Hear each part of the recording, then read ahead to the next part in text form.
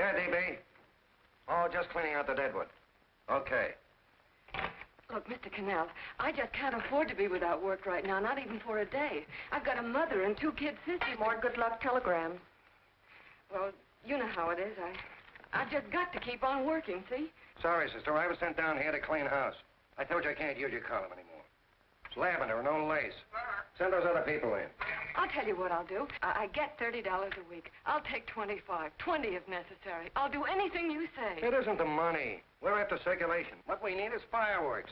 People have been hit with sledgehammers. Start arguments. Oh, I can do that. I know this town inside out. Oh, give me a chance, All please. right, come in. Cashier's got your check. Who are these people? Gibbs, Furley, Cunningham, Giles. Hey, you sister. Don't forget to get out your last column before you pick up your check.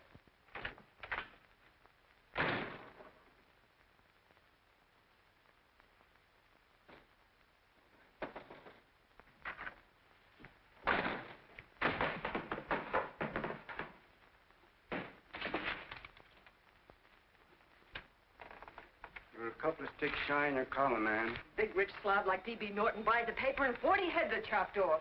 Did you get it, too? Yeah. You too? Oh, Joe. Oh, I'm sorry, darling.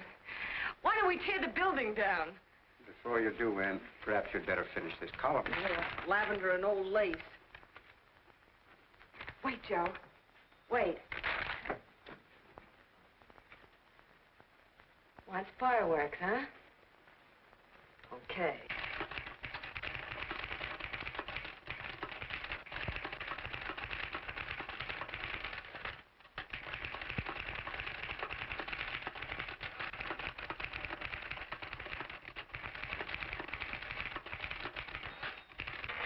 Here.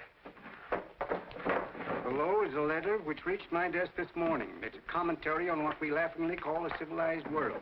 Dear Miss Mitchell, 4 years ago, I was fired out of my job. Since then, I haven't been able to get another one. At first, I was sore at the state administration because it's on account of the slimy politics here we have all this unemployment. But in looking around, it seems the whole world's going to pot. So in protest, I'm going to commit suicide by jumping off the City Hall roof. Signed, a disgusted American citizen, John Doe. Editor's note, if you ask this column, the wrong people are jumping off the roofs. Hey, Ann, this is the old Fakeroo, isn't it? Never mind that, Joe. Go ahead. Sorry.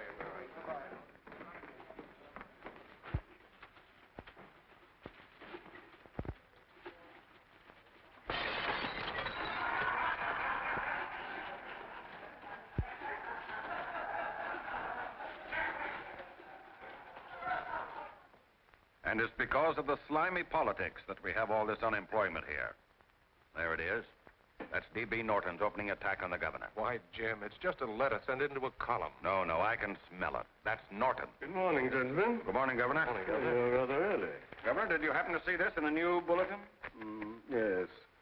I had it served with my breakfast this morning. Jim thinks it's D.B. Norton at work. Of course it is. Oh, come, Jim. That little item, D.B. Norton does things in a much bigger way. This is his opening attack on you, Governor. Take my word for it. What did he buy a paper for? Why did he engage a high-pressure editor like Cannell for? He's in the oil business. I tell you, Governor, he's after your scalp. All right, Jim, all right. Don't burst a blood vessel. I'll look into it. You get me Spencer of the Daily Chronicle, please? Yes, I saw it, Governor. If you ask me, that's a phony letter. Why, that gagger's got whiskers on it. Okay, I'll get the mayor and maybe the Chamber of Commerce to go after them. Get Mayor Lovett on the phone. Sorry, the mayor's busy on the other phone. Yes, I know, Mrs. Brewster. It's a terrible reflection on our city. I've had a dozen calls already. Spencer of the Chronicle. Hold him. Just a minute. Yes, Mrs. Brewster. I'm listening. I insist that this John Doe man be found and given a job at once. Now, if something isn't done about it, I'll call out the whole auxiliary. Yes, and the junior auxiliary, too. We'll hold a meeting and see that it is... Yes, Spencer? Oh, the governor? Well, what about me? It's my building he's jumping off of, and I'm up for re-election, too. What are you doing? Get Cannell at the bulletin. Why, he's liable to go right past my window. Get me Cannell. What was that? What? Out the window. Something just flew by. I didn't see anything. Well, don't stand there, you idiot. Go and look. Open the window. Oh, why did he have to pick on my building? Is there a crowd in the street? No, sir. Then maybe he's caught on a ledge. Look again. I think it must have been a seagull. A seagull? What's a seagull doing around the city hall? That's a bad omen, isn't it? Oh, no, sir. The seagull is a lovely bird. It's all right, Mrs. Brewster. It was just a seagull. Can I help? Nothing's happened yet. No, I'm watching. Don't worry, Mrs. Brewster. Just leave it all to me. Spencer, I'll call you back. Hello, Canal? What are you doing? This is the mayor. Yes, Mayor Lovett. How many times are you going to call me? I've got everybody and his brother and sister out looking for him. Did you see the box I'm running? An appeal to John Doe. Think it over, John. Life can be beautiful, says Mayor. If you need a job, apply to the editor of this paper, and so forth and so forth. Okay, Mayor, I'll let you know as soon as I have something. What? Well, pull down the blinds. Went up to Miss Mitchell's house, boss. Boy, she's in a bad way. Where is she? Hey, do you know something? She supports a mother and 2 kids. What do you know about that? Did you find her? No. Her mother's awful worried about her. When she left the house, she said she was going on a roaring drunk. Of the girl, I mean. Go out and find her. Sure. Hey, but the biggest thing I didn't tell you, her old man's Doc Mitchell. You know the doctor saved my mother's life and wouldn't take any money for it? You remember that. Okay, boss, I'll go and look for her. Holy smokes, Commissioner, you've had 24 hours. Okay, Hawkshaw, grab a pencil. Here it is again. About 5'5", brown eyes, light chestnut hair, and as fine a pair of legs as ever walked into this office. Did you want to see me? No. I've had the whole Army and Navy out searching for you because that's a game we play here every day. I remember distinctly being fired. That's right. But you have a piece of property that still belongs to this newspaper, and I'd like to have it. What's that? The letter. What letter? The letter from John Doe. Oh. The whole town's in an uproar. We've got to find him, and the letter's the only clue. There is no letter. We'll get a handwriting expert to... What? There is no letter. Say that again. There's no letter. I made it up. You made it up. Mm-hmm. You said you wanted fireworks. Don't you know there are 9 jobs waiting for this guy? 22 families want to board him free. 5 women want to marry him, and the mayor's practically ready to adopt him, and you... Just call the morgue, boss. They said there's a girl there. Shut up. Ann, say, why didn't you... Hey. Only one thing to do, Hank. Drop the whole business quickly. How? Run its story. Say John Doe was in here and is sorry he wrote the letter and... That's right. They've got it, sure. He came in here, and I made him change his mind. Bulletin editor saves John Doe's life. Well, it's perfect. I'll have Ned write it up. Oh, Ned, I got a story I want you to... Wait a minute. Listen, you great, big, wonderful genius of a newspaper man.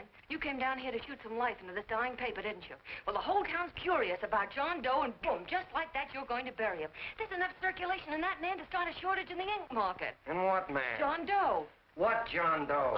John Doe, the one I made up. Look, genius, now look. Suppose there was a John Doe and he walked into this office. What would you do? Find him a job and forget about the whole business, I suppose, huh? Not me. I'd make a deal with him. A deal? Sure, when you get hold of a stunt that sells papers, you don't drop it like a hot potato. Well, this is good for at least a couple of months. You know what I'd do? Between now and, let's say, Christmas when he's going to jump, I'd run a daily on. Starting with his boyhood, his schooling, his first job. A wide-eyed youngster facing a chaotic world. The problem of the average man, of all the John Does in the world. Now, then comes the drama. He meets discouragement. He finds the world his feet of clay. His ideals crumble, so what does he do? He decides to commit suicide and protest against the state of civilization. He thinks of the river, but no. No, he has a better idea. The city hall. Why? Because he wants to attract attention. He wants to get a few things off his chest, and that's the only way he can get himself heard. So? So he writes me a letter, and I dig him up. He pours out his soul to me. And from now on, we quote, I protest by John Doe. He protests against all the evils in the world. The greed, the lust, the hate, the fear. All of man's inhumanity to man. Arguments will start. Should he commit suicide or should he not? People will write in pleading with him. But no, sir, John Doe will remain adamant. On Christmas Eve, hot or cold, he goes. See? Very pretty. Very pretty indeed, Miss Mitchell. But would you mind telling me who goes on Christmas Eve? John Doe. What John Doe? The one we hire for the job, you lunkhead. Wait a minute. Let me get this through this lame brain of mine.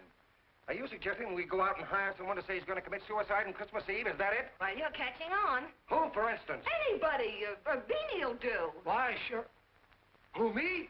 Jump off a... Oh, no, any time at Christmas. I'm superstitious.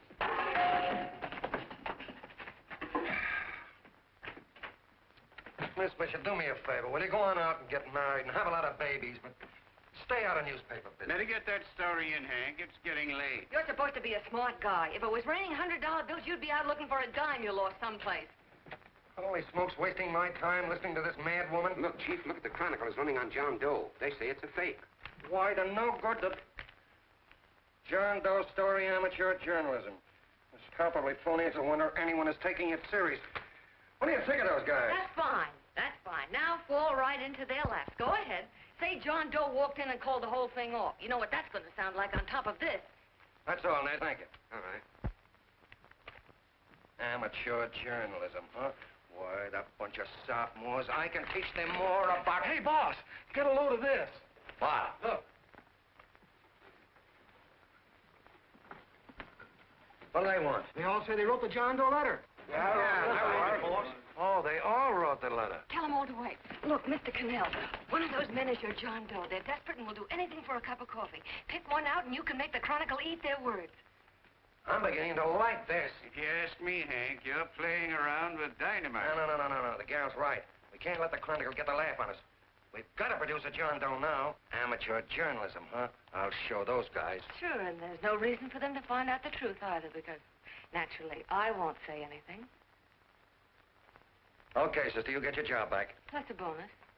What bonus? Oh, the bonus of $1,000 the Chronicle was going to pay me for this little document. You'll find it says, I, Ann Mitchell, hereby certify that the John Doe letter was created by me. I can read. Sorry. You think this is worth $1,000, do you? Oh, the Chronicle would consider it dirt cheap. Packs everything, including a gun. Okay, sister, you got yourself a deal. Now let's take a look at the candidates. The one we pick has got to be the typical average man. Typical American that can keep his mouth shut. Show me an American who can keep his mouth shut and I'll eat him. Okay, Beanie, bring him in one at a time.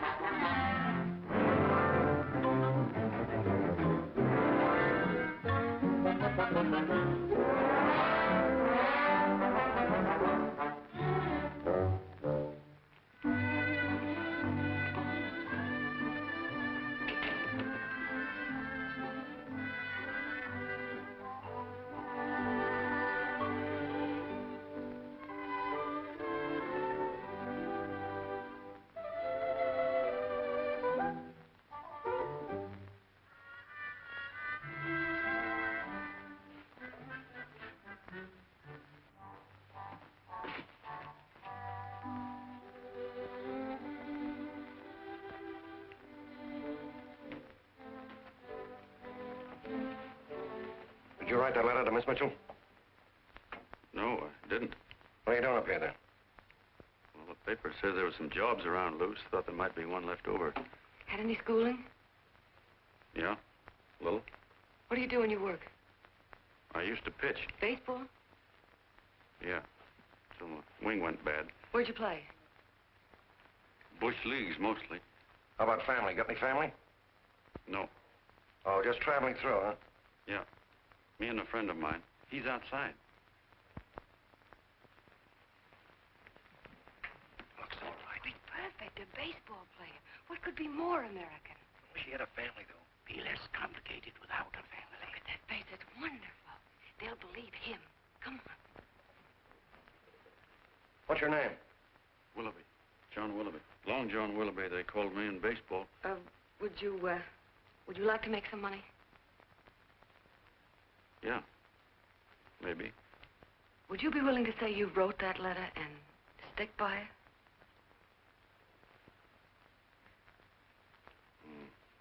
I get the idea. Yeah. Maybe. That's our man. He's made to order. I don't know. He don't seem like the kind of a guy that'd fall in line. When you're desperate for money, you do a lot of things, Mr. Cannell. He's our man, I tell you. He fainted. Get the water, quickly. Hurry up, Pop. Oh. Right here, sit down. Huh?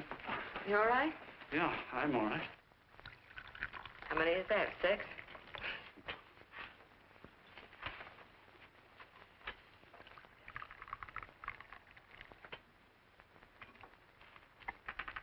Pretty hungry, weren't you?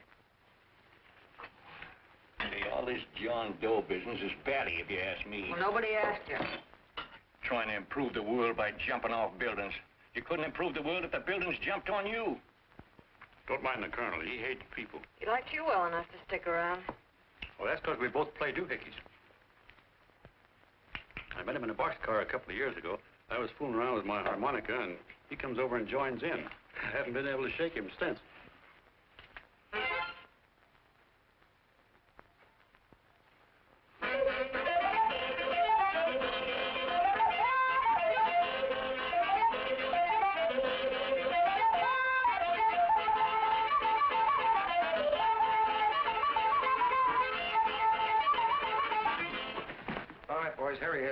No, you can't take pictures of him like that, eating a sandwich and with a beard. But he's going to jump off a building. Yes, but not because he's out of a job. That's not news. This man's going to jump as a matter of principle. Well, maybe you're right. We'll clean him up and put him in a hotel room under bodyguards. We'll make a mystery out of him. Did you speak to Mr. Norton? Thinks it's terrific. Says for us to go the limit. Wants us to build a bonfire under every big shot in the state. Oh, swell. Is that the contract? Yeah. What's he doing here? Friend of his. They play duets together. Duets? But can we trust him? Oh. I trust him. Oh, you trust him, eh? Well, that's fine. I suppose he trusts you, too. Oh, stop worrying. He's all right. Okay, but we don't want more than a couple of hundred people in on this thing. Now, the first thing I want is an exact copy of the John Doe letter in your own handwriting. I've got it already. Here. No, that's fine. Now, I want you to sign this agreement. It gives us an exclusive story under your name, day by day, from now until Christmas. On December 26th, you get one railroad ticket out of town. And the bulletin agrees to pay to have your lawn fixed. That's what you want, isn't it? Yeah, but it's got to be by Bonesetter Brown. Okay, Bonesetter Brown goes. Here, sign it. Meanwhile, here's $50 spending money. That's fine. Beanie? Yes, boss. Take charge of him. Get him a suite at the Imperial and hire some bodyguards. Yeah, and some new clothes, Beanie. You think we better have him deloused? Yeah. Both of them? Yes, both of them, but don't let them out of your sight. Hey, Beanie, gray suit, huh? Yes. Okay, fellas.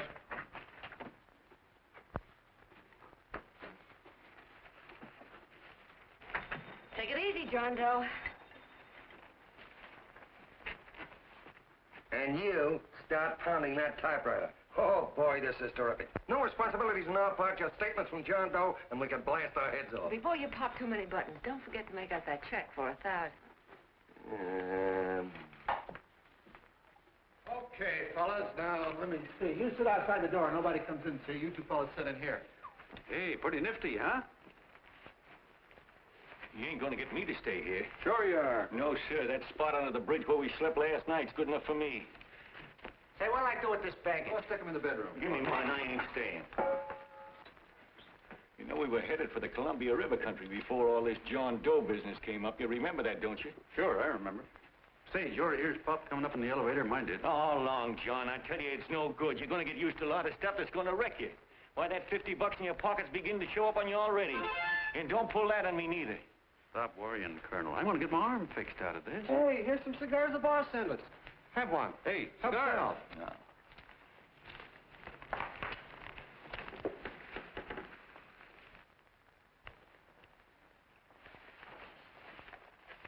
Say, I'll bet you even the major leaguers don't rate an outfit like this. Here, make yourself comfortable. Paper? I don't read no papers, and I don't listen to radios either. I know the world's been shaped by a drunken barber, and I don't have to read it. I've seen guys like you go under before. Guys that never had a worry.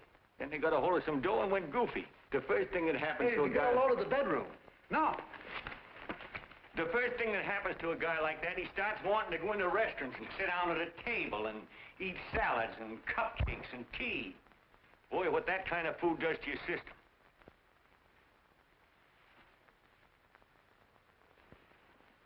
The next thing the dope wants is a room. Yes, sir, a room with steam heat, and curtains and rugs, and before you know it, he's all softened up and he can't sleep unless he has a bed.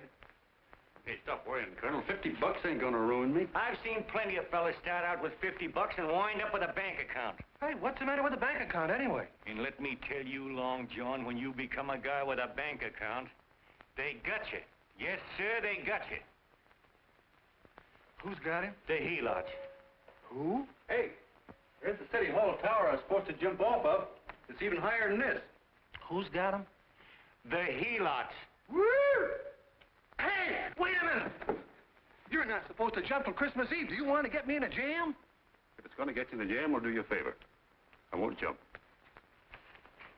And when they got you, you got no more chance than a road rabbit. Hey, who'd you say was going to get him? Hey, is this one of those places where you ring if you want something? Yeah, just use the phone. Boy, I've always wanted to do this. Hey, Doc, look. Look, Doc. Give me that again, will you? Who's going to get him? The helots. Who are they? Listen, sucker, you ever been broke? Sure, mostly often. All right. You're walking along. Not a nickel in your jeans. You're free as the wind. Nobody bothers you. Hundreds of people pass you by in every line of business. Shoes, hats, automobiles, radios, furniture, everything. And they're all nice, lovable people. And they let you alone. Well, is that right? Then you get a hold of some dough, and what happens? All those nice, sweet, lovable people become helots. A lot of heels. They begin creeping up on you, trying to sell you something. They get long claws, and they get a stranglehold on you. And you squirm, and you duck, and you holler, and you try to push them away, but you haven't got a chance. They got you. First thing you know, you own things. A car, for instance. Now your whole life is messed up with a lot more stuff. You get license fees, and number plates, and gas, and oil, and taxes, and insurance, and identification cards, and letters, and bills, and flat tires, and dents, and traffic tickets, and motorcycle cops, and courtrooms, and lawyers, and fines, and 1,000,001 other things. And what happens? You're not the free and happy guy you used to be. You gotta have money to pay for all those things. So you go after what the other fellas got. And there you are. You're a helot yourself.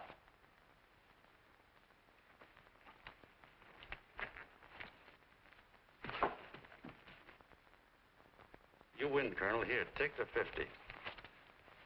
Go ahead and get rid of it. You bet I will, just as fast as I can. I'm gonna get some canned goods, a fishing rod, and the rest I'm gonna give away. Give away? Hey, get me a pitcher's glove. I got to get some practice. Say, he's giving it away. I'm gonna get me some of that. Hey, come back here, you helot. For you send up 5 hamburgers with all the trimmings, 5 chocolate ice cream sodas, and 5 pieces of apple pie. No, apple with cheese. Yeah, thanks.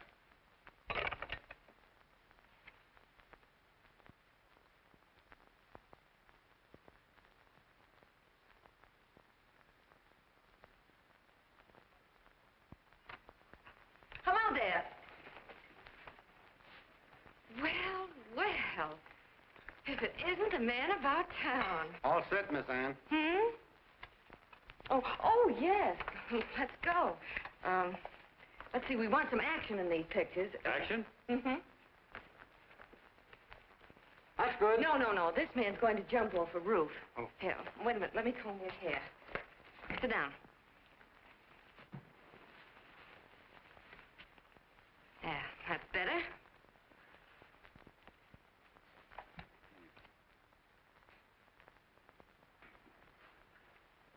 You know, he's got a nice face, hasn't he? Yeah, he's pretty. Sit down, quiet egghead. All right, now a serious expression. Can't. I'm feeling too good. Oh, come on now, this is serious. You're a man disgusted with all of civilization. With all of it? Yes, you're sore at the world. Come on now. Oh, crabby guy, huh? Yeah.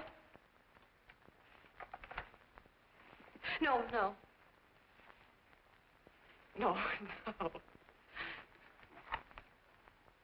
No, look.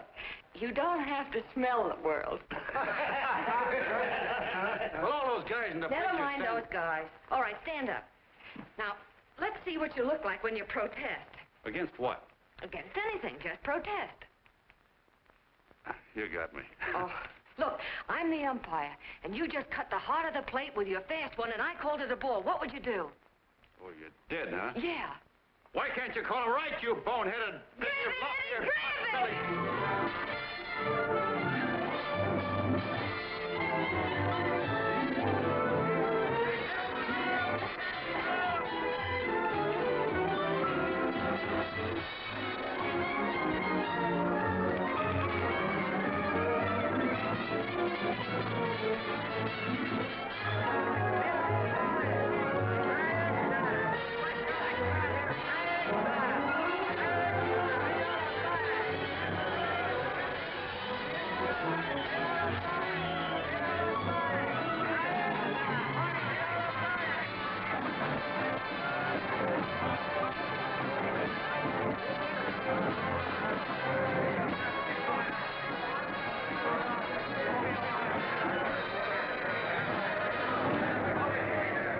I don't care whose picture they're publishing.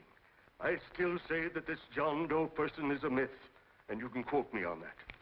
And I'm going to insist on his being produced for questioning. You know as well as I do that this whole thing is being engineered by a vicious man with a vicious purpose, Mr. D.B. Norton.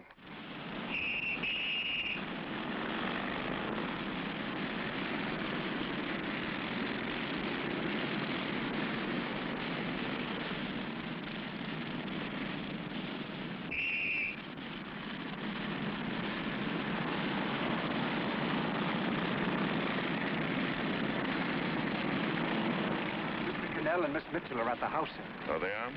All right. Come on. Personally, I think it's just plain stupidity to drop it. Now, you should see a fan mail, thousands. Why, it's going over like a house afire. What are you afraid of, Canal? It's doubled our circulation. Yeah, but it's got everybody sore. Ads are being pulled. The governor's starting a libel suit. What's more, they all know John Doe's a phony, and they insist on seeing Well, what about it? Let them see him. We'll go on one better. They can also hear him. You own a radio station, Mr. Norton. Why not put him on the air? Watch out for this dame DB. She'll drive you batty. Oh, Look, we can't let him get to this Bush League pitcher and start popping him. Good night. Now, tell him what that screwball might do. I walked in yesterday. Here he is, standing on a table with a fishing pole. Fly casting. Take my advice and get him out of town before this thing explodes in our faces. If you do, Mr. Norton, you're just as much of a dumb cluck as he is. Excuse me. No, you got yourself a meal ticket and you hate to Sure, let it's go. a meal ticket for me, I admit it, but it's also a windfall for somebody like Mr. Norton who's trying to crash national politics. That's what you bought the newspaper for, isn't it? You want to reach a lot of people, don't you? Well, put John Doe in the air and you can reach 130 million of them. He can say anything he wants and they'll listen to him. All right, we'll forget the governor and the mayor and all the small fry like that. This can arouse national interest. If he made a hit around here, he can do it every place else in the country. And you'll be pulling the strings, Mr. Norton. Go down to the office and arrange for some radio time. But, DB, you're not I going want to it fall... as soon as possible. Okay. I just came in to get warm myself. Come on, let's go. Don't you go. I want to talk to you.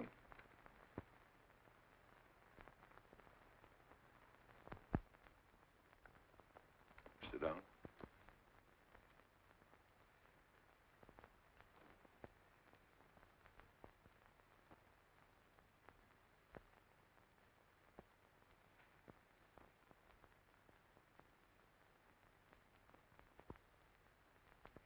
Hey, this John Doe idea was yours, huh?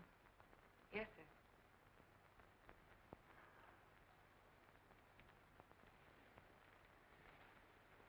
How much money do you get? $30. $30. Well, what are you after? I mean, what do you want? A journalistic career? Money. Money? Well, I'm glad to hear somebody admit it. Do you suppose you could write a radio speech that would put that fellow over? Oh, I'm sure I can. Do it, and I'll give you $100 a week. $100? That's only the beginning. You play your cards right, and you'll never have to worry about money again. Oh, I know it. Hello. Hello. Whenever there's a pretty woman around. This is my nephew, Ted Sheldon, Miss Mitchell. How do you do? How do you do? All right, Casanova, I'll give you a break. See that Miss Mitchell gets a car to take her home. Always reading my mind, aren't you? Thank you very much for everything. And Miss Mitchell, I think from now on you'd better work directly with me. Yes, sir.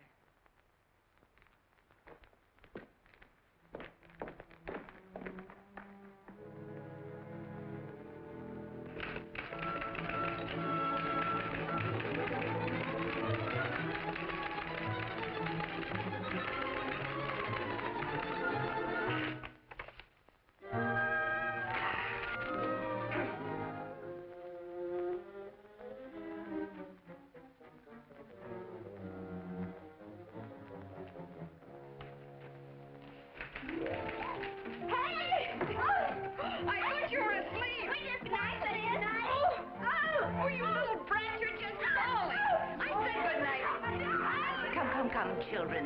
It's past your bedtime. Come on. Now, scooch off the bed. Pour through me. I'm done. I'll never get this speech right. Oh, yes, you will, Ann, dear. You're very clever. Yeah, I know. What are you looking for? Your purse, I need $10. What for? I gave you 50 just the other day. Yes, I know, dear, but Mrs. Burke had her baby yesterday. 9 pounds. And there wasn't a thing in the house. And then the community chest lady came. And the 50's all gone, huh? Who's the 10 for? The Websters. The Websters. You remember those lovely people your father used to take care of. I thought I'd buy them some groceries. Oh, Anne, dear, it's a shame those... You're marvelous, Ma. You're just like Father used to be. Do you realize a couple of weeks ago we didn't have enough to eat ourselves? Well, yes, I know, dear, but these people are in such need. And we have plenty now. If you're thinking of that $1,000, forget it. It's practically all gone. We owed everybody in town. Now, you just got to stop giving all your money away. Oh, Anne, dear. Oh, I'm sorry, Ma. Oh, don't pay any attention to me. I guess I'm just upset about all this. Gee whiz, here I am with a great opportunity to get somewhere, to give us security for once in our lives, and I'm stuck. If I could put this over, your Mrs. Burke can have 6 babies. You mean this speech you're writing? Yeah, I don't know. I simply can't get it to gel. I created somebody who's going to give up his life for a principle. Hundreds of thousands of people are going to listen to him over the radio. And unless he says something that's sensational, it's just no good. Well, honey, of course, I don't know what kind of a speech you're trying to write, but judging from the samples I've read, I don't think anybody will listen. What? Darling, there's so many complaining political speeches. People are tired of hearing nothing but doom and despair on the radio. If you're going to have him say anything, why don't you let him say something simple and real, something with hope in it? If your father were alive, he'd know what to say. Oh, yeah. Father certainly would. Wait a minute. Hmm?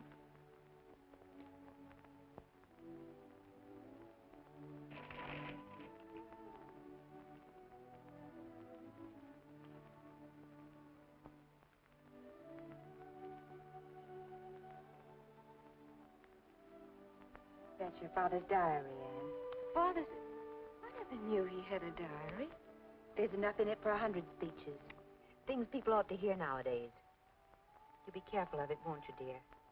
Always help to keep your father alive for me. You bet I will, Ma. Wait a minute. John Doe don't want to sign no autograph. Well, what does he do all day? What does he do all day? He's writing out his memories. Sorry, lady, you can't see Mr. Doe. He wants to be alone. No, he just sits around all day and commutes with himself.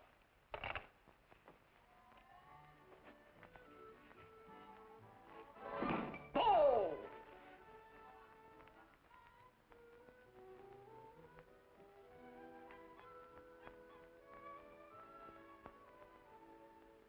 I don't know how you're going to stand it around here till after Christmas. I'll bet you ain't heard a train whistle in 2 weeks.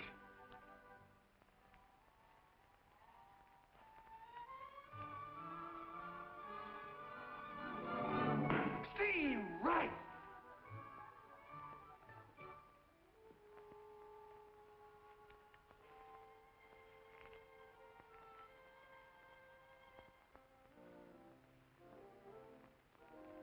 I know why you're hanging around.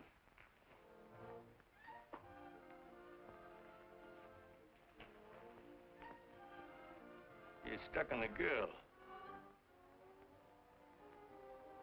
That's all a guy needs is to get hooked up with a woman.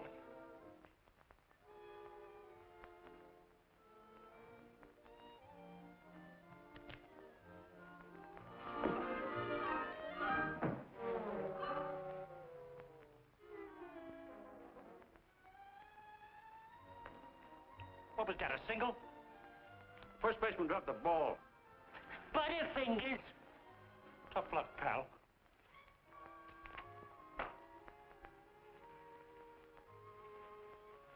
Guy has a woman on his hands. First thing he knows, his life is balled up with a lot more things. Furniture.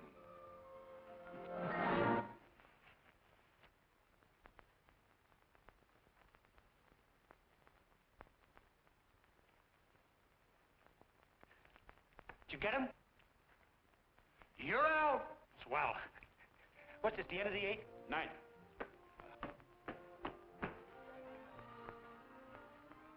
Hey, Beanie, there's a couple of mugs in the Chronicle snooping around out here. Ah. Come on, Angel Face. Gangway. What's the score, Angel Face? 3-2, our favor. Gee, that's great.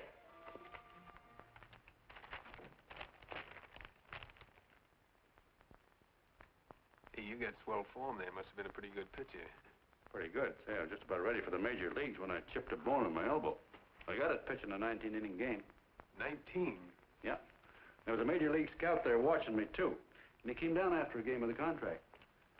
You know what? I couldn't lift my arm to sign it. I'll be okay, though, as soon as I get it fixed up. It's too bad. What do you mean, too bad? Huh? Oh, that you'll never be able to play again. What are you talking about? I just told you I was going to get... Well, you know how they are in baseball if a guy's mixed up in a racket. Racket? What do you mean? Well, I was just thinking about this John Doe business. Why, as soon as it comes out it's all a fake, you'll be washed up in baseball, won't you? Yeah. Doggone. I never thought about that.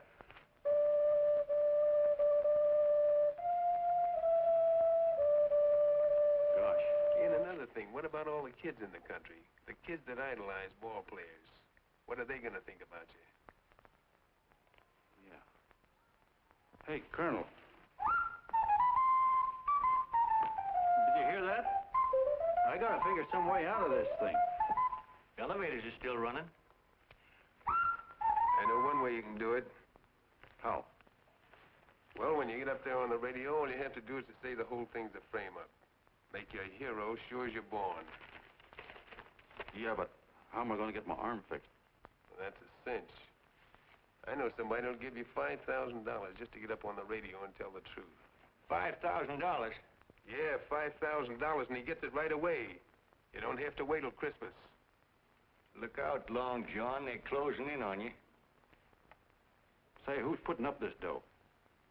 Fellow runs the Chronicle. Here's the speech you make, and it's all written out for you. $5,000. Holy mackerel, I can see the helots coming, the whole army of them. It's on the level.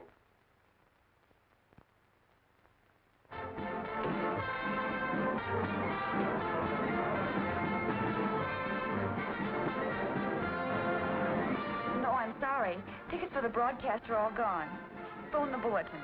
Sorry, no more tickets left.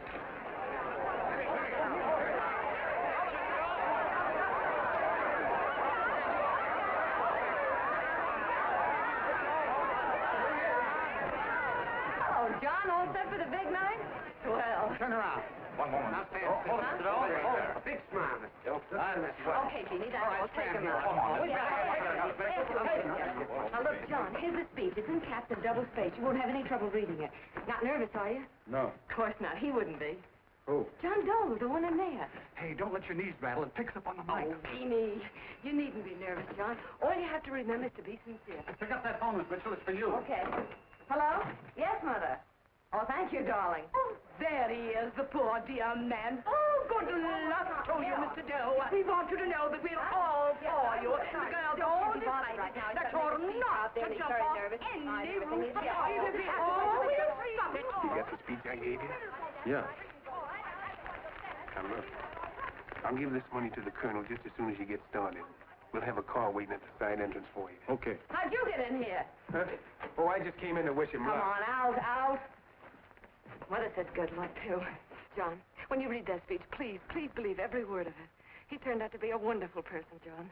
Who? John Doe, the one in the speech. Oh. You know something? I've actually fallen in love with him. All right, there he is, sister. Now, come on, plenty of room. What's the idea? No, that's too much. That's not so much. Come on. Oh, this is no time for cheap publicity, Mr. Cannell. Listen, if that guy lays an egg, I want to get something out of it. I'm getting a Jane Doe ready. Oh, come on. Here. Will you, fellas? Here you Give me a are. All right, chance. that's I have to enough. ready. Take one more. No, that's fine, honey. You go ahead. All right, I need one more. Go ahead. How you doing? Oh. All right, Benny, bring him in. Holy smoke, a happy helot. There you are, boss, just like you ordered. Symbols of little people. Okay, get him up. All right, young fella. This is ridiculous, Mr. Cannell. Come on, give me a chance. It is on the air. Come on, Oh, fellas, I told you to No, come on,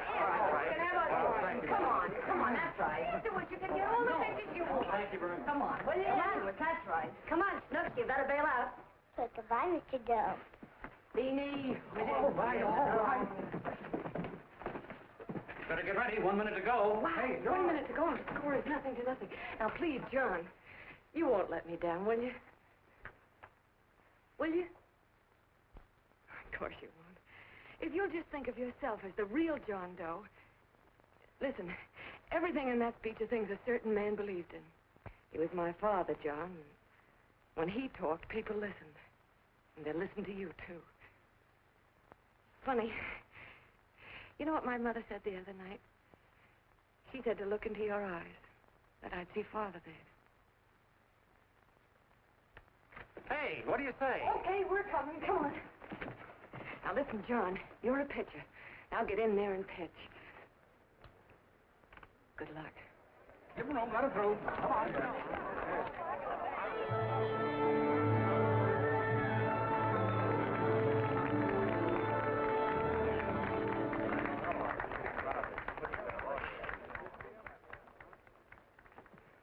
Hey, let's get out of here. There's the door right there. Hey, what are you doing here? That's what I'd like to know. Come on, now. Hey, he's a friend of mine. Never mind, let him alone. He's all right. I'll be right over there pulling for you. No, John, over here.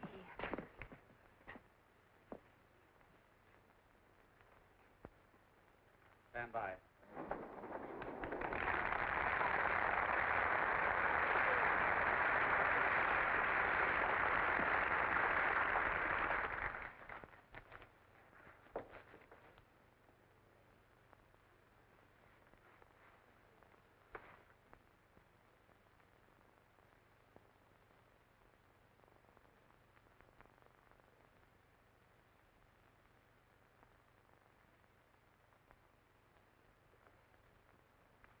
Phone the Chronicle. Tell them to start getting those extras out.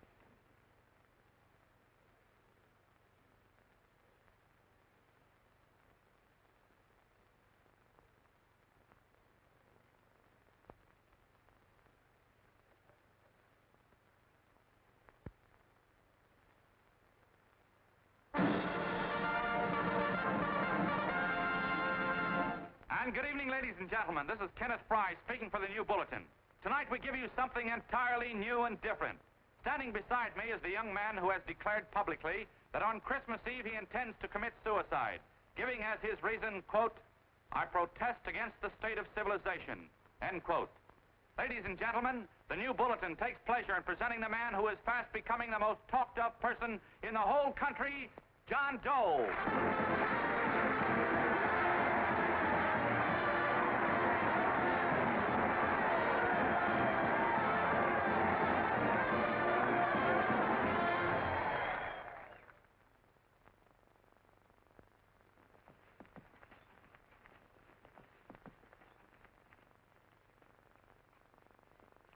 Ladies and gentlemen,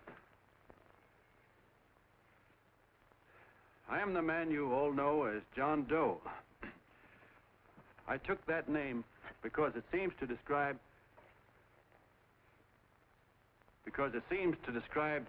the average man. And that's me. and that's me. Well, it was me before I said I was going to jump off the city hall roof at midnight on Christmas Eve. Now I guess I'm not average anymore. Now I'm getting all sorts of attention. From big shots, too. We've been double-crossed. The mayor and the governor, for instance. They don't like those articles I've been writing. You're an imposter, young fellow. That's a pack of lies you're telling. Who wrote that speech for you?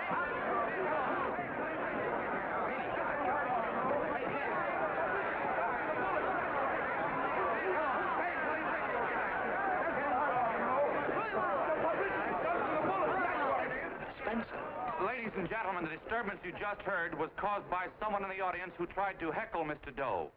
The speech will continue.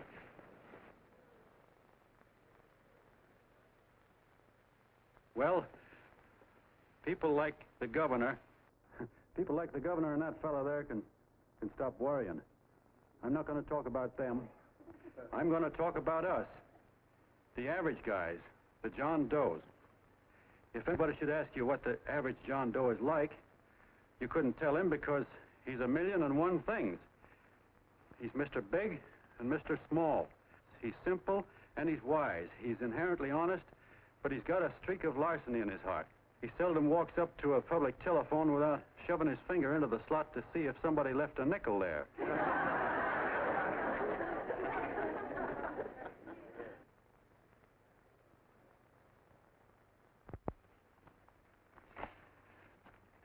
He's the man the ads are written for. He's the feller everybody sells things to. He's Joe Dokes, the world's greatest stooge and the world's greatest strength.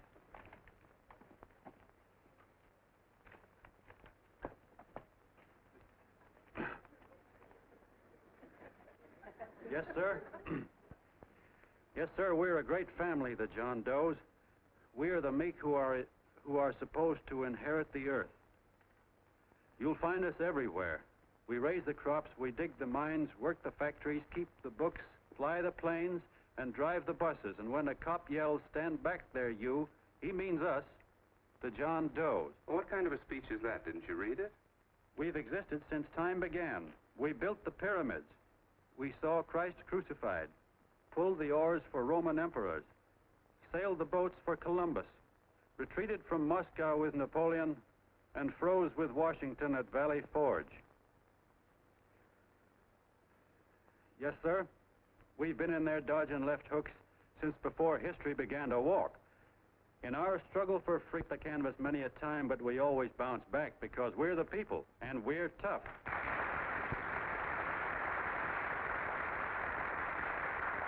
They've started a lot of talk about free people going soft, that we can't take it. That's a lot of hooey. A free people can beat the world at anything, from war to tiddlywinks, if we all pull in the same direction.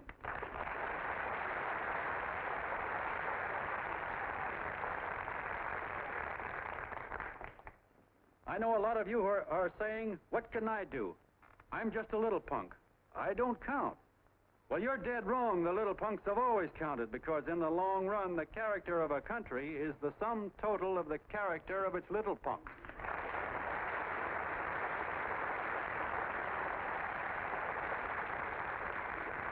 But we've all got to get in there and pitch. We can't win the old ball game unless we have teamwork. And that's where every John Doe comes in. It's up to him to get together with his teammate. And your teammate, my friends, is the guy next door to you. Your neighbor. He's a terribly important guy, that guy next door. You're going to need him, and he's going to need you, so look him up. If he's sick, call on him. If he's hungry, feed him. If he's out of a job, find him one. To most of you, your neighbor is a stranger, a guy with a barking dog and a high fence around him. Now, you can't be a stranger to any guy that's on your own team. So tear down the fence that separates you. Tear down the fence, and you tear down a lot of hates and prejudices. Tear down all the fences in the country, and you really have teamwork.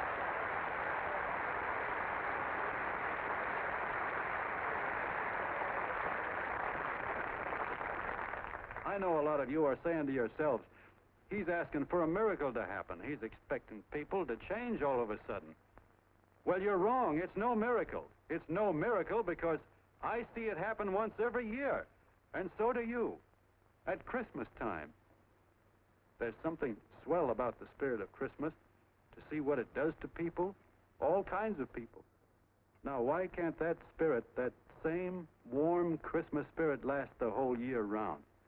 Gosh, if it ever did, if each and every John Doe would make that spirit last 365 days out of the year, we'd develop such a strength, we'd create such a tidal wave of goodwill that no human force could stand against it. Yes, sir, my friends. The meek can only inherit the earth when the John Does start loving their neighbors. You better start right now. Don't wait till the game is called on account of darkness. Wake up, John Doe. You're the hope of the world.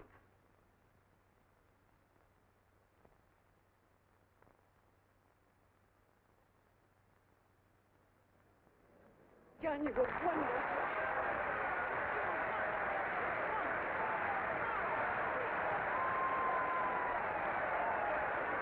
Let's get out of here. Now you're talking.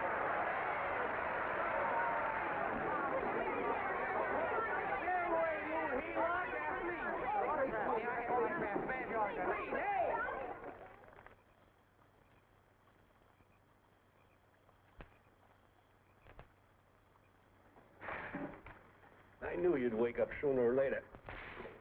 Boy, am I glad we got out of that mess. I had the 5,000 bucks sewed up. Could have been on my way to old Doc Brown. You're a pitcher, John, she says. Now, go in there and pitch. What a sucker. Yeah, she's a heel-lot just like the rest of them. It's lucky you got away from her. What was I doing up there making a speech anyway? Me, huh? Geez, the more I think about it, the more I could... Tear down all the fences. Why, if you tore one picket off of your neighbor's fence, he'd sue you. 5,000 bucks, had it right in my hand. What do you mean he ran away? We'll go after him, find him. That man is terrific.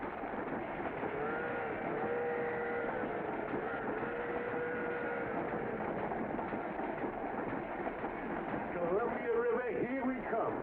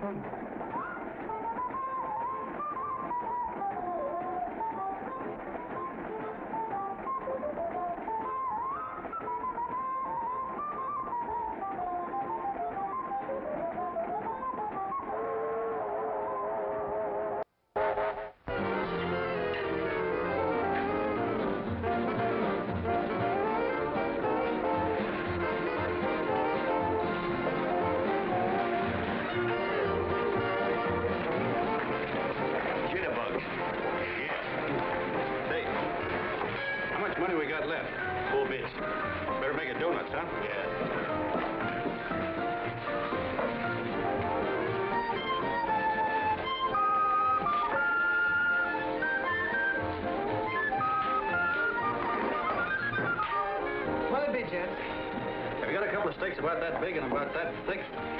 Yeah, with hash brown potatoes and tomatoes and apple pie and ice cream and coffee. And donuts, I know. Hey, Ma! Seekers! A fair! Fingers of fair coming up. Glad he took the tea out of there.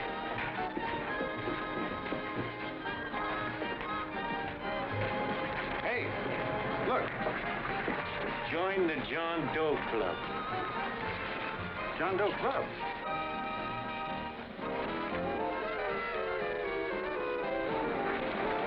Oh. You John Doe? Who? John Doe. Ah, you need glasses, buddy. Oh, but it's a spitting image of John Doe. Yeah, but his name is Willoughby. I'm John Willoughby. I'm a baseball player. Sure. Oh, no, I know that voice anyway. You can't kid me. You John Doe. Hey, Ma! Ma! That's John Doe. John Doe. Yeah, sitting right there, big as life. Who'd you say it was? John Doe, the big guy there. Pictures in the paper. That's John Guy. John Doe.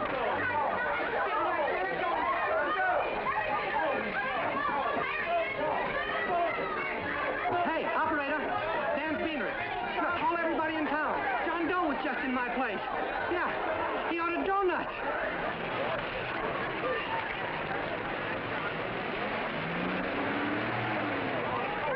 John Doe. Have a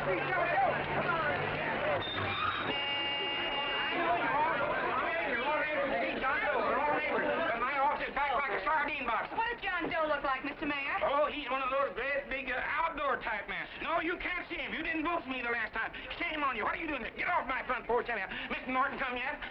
Oh, well, I wonder where he's at. What's keeping him? He should have been here 15 minutes ago. Oh, there he comes now. Now, everybody on your dignity. Don't do anything to disgrace us. A little town, but we got to show off. Then let me talk to him. All right, but present it to him as a great cause for the common man. Ah, here he comes. Now, give him room down there. Give him room, folks. Come on now. Come on, here he comes. Here he comes. Here's Mr. Martin. How do you do, Mr. Martin? I'm Mayor Hawkins. Get Mr. Martin back. Let me go, you darn tool. I'm the mayor. Mr. Martin. Mr. Martin. Mr. Martin. I'm Mayor Hawkins. Your office telephoned me to hold him. Well, that's fine. How is he? Oh, he's fine. He's right in my office there. You know, it's a big honor having John Doe here, and you too. Haven't had so much excitement since the old city hall burned down. People are so excited and nearly tore his clothes off. Oh, Matilda Don, phone the newspapers, tell them Mr. Norton's here. Step right inside, Mr. Norton. My office. Very comfortable here, Mr. Norton. Just had it air conditioned. Gangway, please. Make room for Mr. Norton. Gangway. Gangway. Here he is, Mr. Norton. Well taken care of. The neighbors are serving him a light lunch. Hello, John. Mr. Mayor, if you don't mind, we'd like to talk to him alone. Why, certainly, certainly. All right, everybody. Clear out. No, but you... Everybody, quickly now. Come on, look at that. Come on. Come on. That's right. All right. Don't argue with me here. Wait till we get home. Don't you push me around like that. Even though I'm your wife, you can't push me around. Look, Mr. Norton, I think you got a lot of nerve having those people hold us here. There's nobody holding you here, Mr. Doe. It's only natural that nobody holding us here. Let's get going. Incidentally, my name isn't Doe. It's Willoughby. Look, John, something terribly important's happened. They're forming John Doe clubs. We know of 8 already, and they say that there's... John Doe clubs? What for? To carry out the principles you talked about in your radio speech. I don't care what they're forming. I'm on my way, and I don't like the idea of being stopped either. Oh, but you don't know how big this thing is. You should see the thousands of telegrams we've received and what they're saying about you.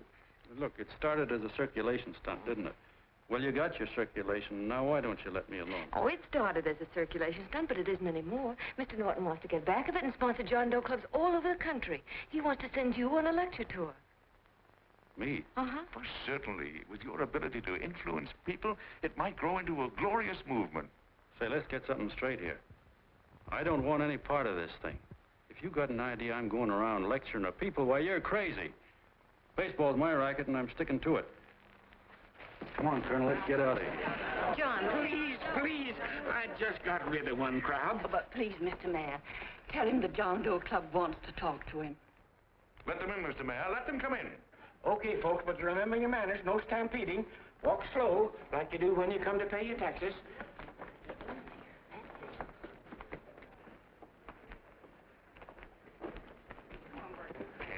All right, give me a chance. Come right in. My name's Bert Hanson, Mr. Doe. I'm the head soda jerker at Schwabacker's drugstore. Well, sir, you see, me and my wife, we heard your broadcast, and we got quite a bang out of it, especially my wife. Kept me up half the night saying, that man's right, honey. The trouble with the world is nobody gives a hoot about his neighbor. That's why everybody in town's sore and cranky at each other. And I kept saying, well, that's fine, but how's a guy going to go around loving the kind of neighbors we got? Old Sourpuss, for instance. You see, Sourpuss Smithers is a guy lives all alone next door to us. He's a cranky old man and runs a second-hand furniture store. We haven't spoken to him for years. I always figured he was an ornery old gent that hated the world because he was always slamming his garage door and playing the radio so loud he kept half the neighbors up. Well, anyway, the next morning I'm out watering the lawn and I look over and there's Sourpuss on the other side of the hedge straightening out a dent in his fender. And my wife yells to me out the window. She says, go on, speak to him, Bert. And I figured, well, heck, I can't lose anything, so I yelled over to him, good morning, Mr. Smithers. He went right on pounding his fender. Was I burned? So I turned around to give my wife a dirty look, and she said, louder, louder, he didn't hear you. So in a voice you could have heard in the next county, I yelled, good morning, Mr. Smithers. Well, sir, you could have knocked me over with a feather. Old Sourpuss turned around surprised-like, and he put on a big smile, came over and took my hand like an old lodge brother, and he said, good morning, Hanson. I've been wanting to talk to you for years, only I thought you didn't like me. And then he started chatting away like a happy little kid, and he got so excited his eyes all... Well, Mr. Doe, before we got through, I found out Smithers is a swell egg, only he's pretty deaf, and that accounts for all the noises. And he says it's a shame how little we know about our neighbors. And then he got an idea, and he said, how's about inviting everybody someplace where we can all get together and know each other a little better? Well, I'm feeling so good by this time, I'm ripe for anything, so Smithers goes around the neighborhood inviting everybody to a meeting at the schoolhouse, and I tell everybody that comes in the store, including Mr. Schwabacker, my boss. I'm talking too much. Well, I'll be doggone if for 40 people don't show up. Of course, none of us knew what to do, but we sure got a kick out of seeing how glad everybody was just to say hello to one another. Tell him about making Sourpuss chairman. Oh, yeah, we made Sourpuss chairman and decided to call ourselves the John Doe Club. And say, incidentally, this is my wife. Come here, honey. This is my wife, Mr. Doe. How do you do, Mr. Doe? Sourpuss is here, too. Oh, is he? This is Sourpuss, or excuse me, Mr. Smithers, Mr. Doe. That's all right. If you didn't call me Sourpuss, it wouldn't feel natural. Well, anyway, I guess nearly everybody in the neighborhood came except the Delaney's. The Delaney's live in a big house with an iron fence around it, and they always keep their blinds drawn. And we always figured that he was just an old miser that sat back counting his money, so why bother about inviting him? Until Grimes, the milkman, spoke up, and he said, say, you've got the Delaney's all wrong. And then he tells us about how they canceled their milk last week, and how when he found a note in the bottle, he got kind of curious-like, and he sort of peeked in under the blinds and found the house was empty. If you ask me, he says, they're starving. Old man Delaney has been bringing his furniture over to my place at night, one piece at a time, and selling it. Yeah. And, well, sir, a half dozen of us ran over there to fetch him, and we brought him to the meeting. What a reception they got. Why, everybody shook hands with him and made a fuss over them, and, well, finally, Mr. and Mrs. Delaney just sat right down and cried. And then we started to find out about a lot of other people. Yeah, sure. Well, you know Grubel, for instance. Grubel's here. Yeah, that's a... You don't know Grubel, but he's a man that everybody figured was the worst no-account in the neighborhood because he was living like a hermit, and nobody would have anything to do with him. That isn't Little Murphy. The postman told us the truth. Why, Grubel, he says, he lives out of garbage cans because he won't take charity, because it'd ruin his self-respect, he says. Just like you said on the radio, Mr. Doe. Well, sir, about a dozen families got together and gave Grubel a job watering their lawns. Isn't that wonderful? And then we found jobs for 6 other people, and they've all gone off for leave. Yeah, and my boss, Mr. Schwabecker, made a job in his warehouse for old man Delaney. And he gave you that $5 raise. Yeah, wasn't that swell? Why, Bert, I feel slighted. I'd like to join, but nobody asked me. I'm sorry, Mayor, but we voted that no politician could join. Just the John Does of the neighborhood, because you know how politicians are. Well, the reason we wanted to tell you this, Mr. Doe, was just to give you an idea of what you've started.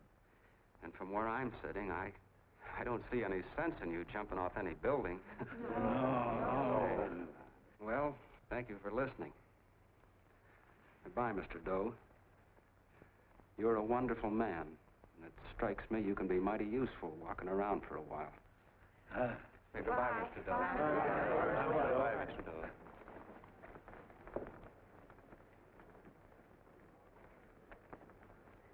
I'm Mrs. Delaney, Mr. Doe. And God bless you, my boy.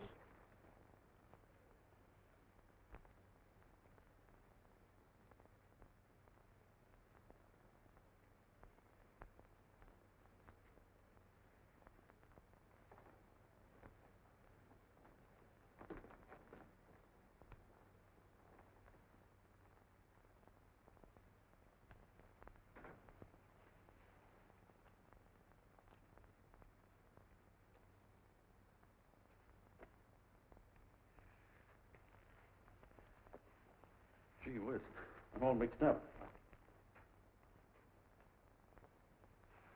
I don't get it.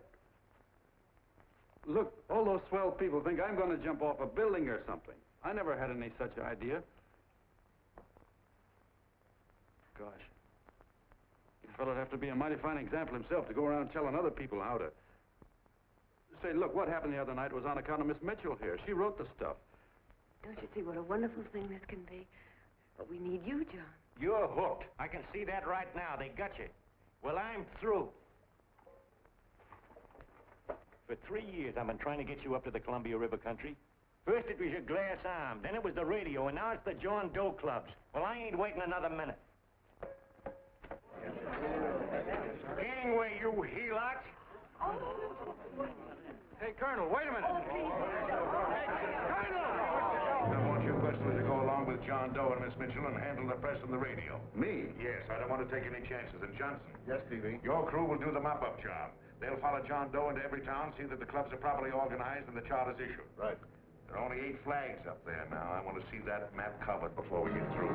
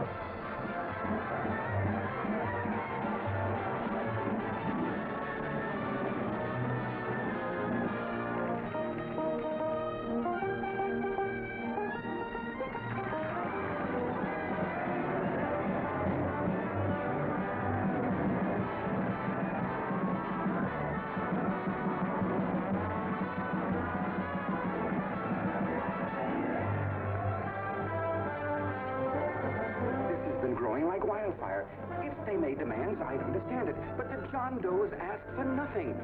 People are going off relief. If this keeps up, I'll be out of a job.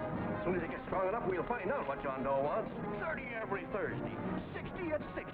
Who knows what? I'm sorry, boss. They just won't let anybody talk politics to them. It's crazy.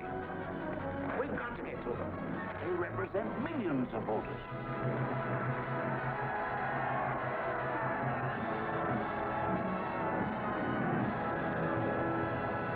I tell you, ladies and gentlemen, this thing has been nothing short of a prairie fire. We've received so many applications for charters to the John Doe clubs, we haven't been able to take care of them. I'd hate to have that many pins stuck in me. This John Doe convention is a natural. It's going to put our city on the map. Why, over 2,400 John Doe clubs are sending delegates. Can you imagine that? You, Mr. Mayor, will be the official host. You will make the arrangements for decorating the city, parades, and a reception for John Doe when he gets home. And don't wear your high hat. No high hat? No high hat. And from you, Cannell, I want a special John Doe edition every day until the convention is over. And now, if you will, please step into the outer office and look your prettiest because there are photographers there to take pictures of this committee. Don't worry, Libby. Everything will be taken care of. Isn't it all too wonderful? Gather down here in a nice group now, get nice and rugged. Oh, Mr. Mayor, would you step down in front row, please? You ladies get close to him. That's it. Well, I don't get it. Get what? Look, DB, I'm supposed to know my way around. This John Doe movement has cost you a fortune. Now, this convention is going to cost plenty. Well? Well, I'm stuck with 2 and 2, and I'm a sucker if I can make 4 out of it. Where do you come in? I'll have the satisfaction of knowing that my money has been spent for a worthy cause. I see. I better stick to running the paper, huh? I think maybe you better have. Cannell, I'd like to have the John Doe contract, all the receipts for the money we advanced him, and the letter Miss Mitchell wrote, which I gave her $1,000. Yes, sure. Well, we leave for the airport. Half an hour. Is that Johnny boy's room? Better hustle him up. He'll be ready on time. He's packing. Ah, good. Did you see his picture on the cover of Time? Yeah. I gotta give you credit, Annie girl. I've handled a good many big promotions in my time. Everything from a World Fair to a channel swimmer. But this one has certainly got me spinning. And now a John Doe convention. Wow. Say, if you could only get him to jump off the City Hall roof on Christmas Eve, I'd guarantee you 500,000 people there. Charlie. Huh? What do you make of him? Oh, Johnny boy? Well, I don't know what angle you want, but I'll give it to you quick. Number 1, he's got great yokel appeal, but he's a nice guy. Number 2, he's beginning to believe he really wrote that original suicide letter that you made up. Number 3, he thinks that you're Joan of Arc or something. Yeah, I know. Number 4, well, you know what number 4 is. He's nuts about you. Yeah, it's running out of his ears. You left out number 5. We're all healed, me especially. Holy smoke. Come in.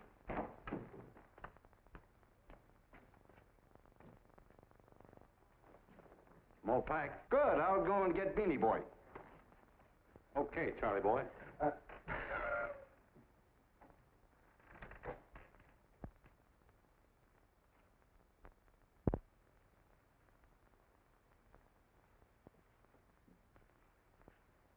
Can I help you pack?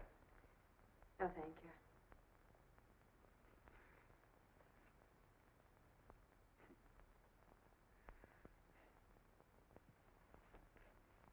You care if I sit down out here? No.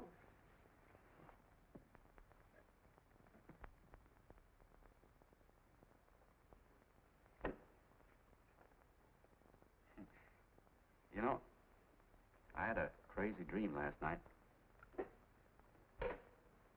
It was about you. About me? Sure was crazy. I dreamt I was your father.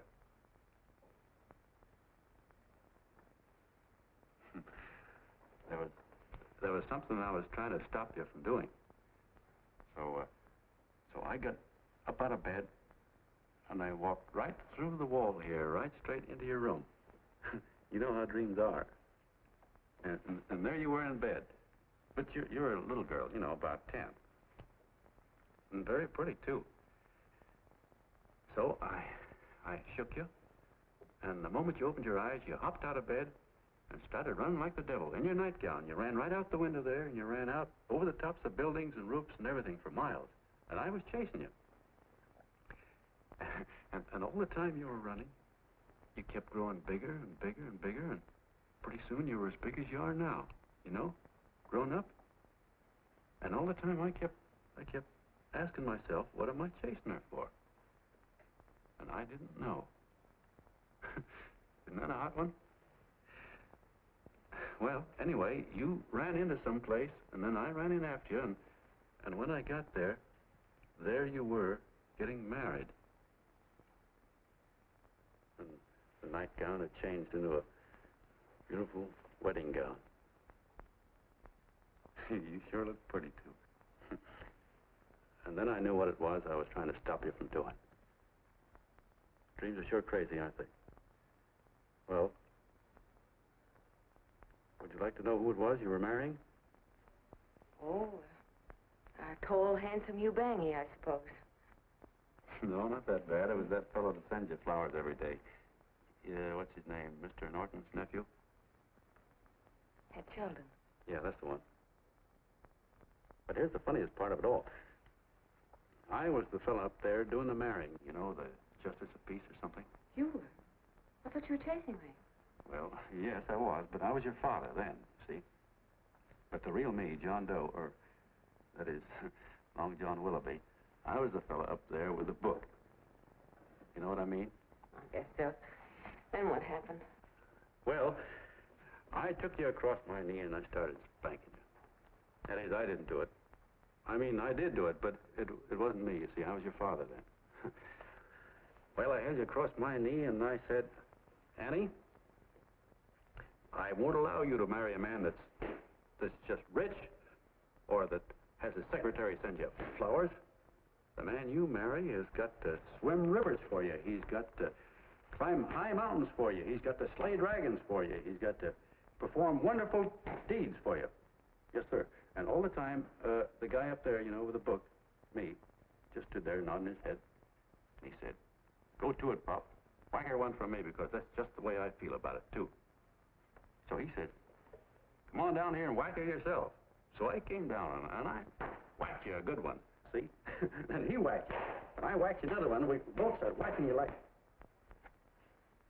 Well, if you're through whacking her, come on, let's get going. Okay, fellas, right in here. You go out the side entrance. There's a bunch of autograph seekers out front. We'll be down with the bags in a minute. Come on, don't make a government project out of this. Hi, Benny. When's our plane take off again? Couple of minutes. How many people do you think we've talked to already? Outside the radio, I mean. Oh, I don't know. About 300,000. 300,000. What makes them do it, Ann? What makes them come and listen and get up their John Doe clubs the way they do? I've been trying to figure it out. Look, John, what we're handing them are platitudes. Things they've heard a million times. Love thy neighbor, clouds have silver linings, turn the other cheek. It's just as... Yeah, I heard them a million times, too, but there you are. Maybe they're like me, just beginning to get an idea of what those things mean. Yeah, I never thought much about people before. They were always just somebody to fill up the bleachers. And the only time I worried about them is when they didn't come in to see me pitch. You know, lately I've been watching them when I talk to them. I could see something in their faces. I could feel that they were hungry for something. You know what I mean? Maybe that's why they came. Maybe they're just lonely and wanted somebody to say hello to. I know how they feel. I've been lonely and hungry for something practically all my life.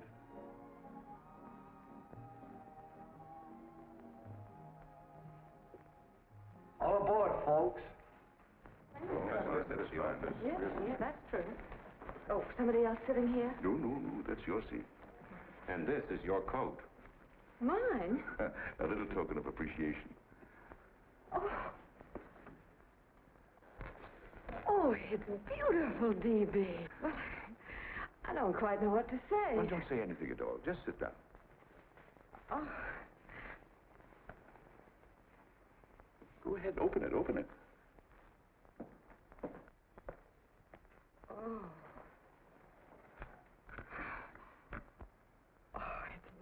Lovely. And a new contract goes with it. Well, come on, spring it. You've got something on your mind. Must be stupendous. You know, that's what I like about it. Right to the point, like that. All right, Practical Annie. Here it is. Tomorrow night, before a crowd of 15,000 people and talking over a nationwide radio hookup, John Doe will announce the formation of a third party. A third party? Yes, the John Doe Party. Devoted entirely to the interests of all the John Does all over the country, which practically means 90% of the voters.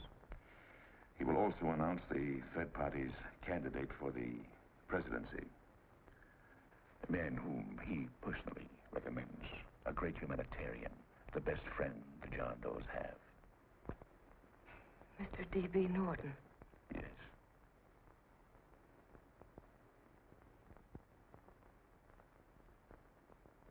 Wow.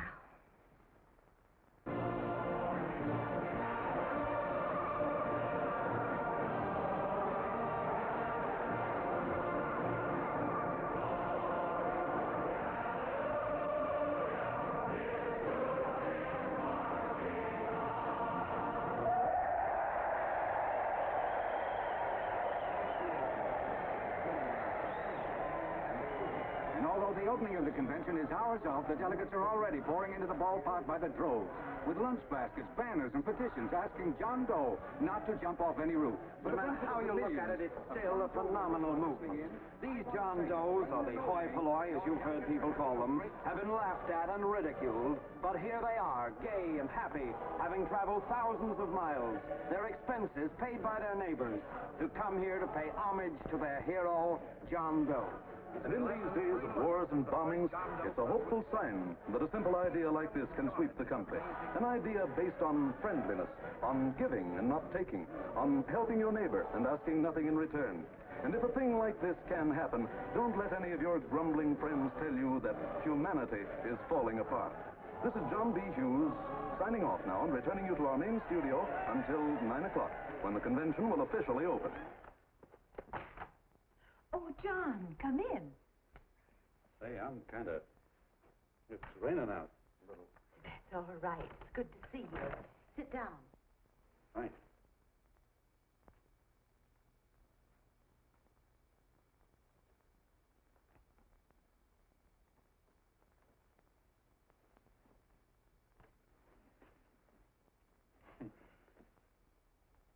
It's for Anne. Oh, how nice. Thank you very much. Flowers. I'm terribly sorry she isn't here. She isn't? No, she just left. I'm surprised you didn't run into her. She went over to Mr. Norton's house. Oh. Did you want to see her about something important? Yeah. Well, no, it'll wait. Say, he's a nice man, isn't he? Mr. Norton, I mean. He's done an awful lot for the...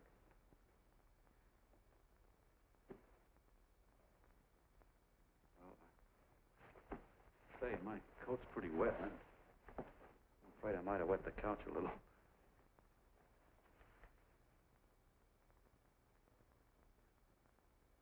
Well, I guess I'll see her at the convention later. Yes, of course. I'll see that she gets the flowers. Thanks. Good night, Mrs. Mitchell. Good night, John.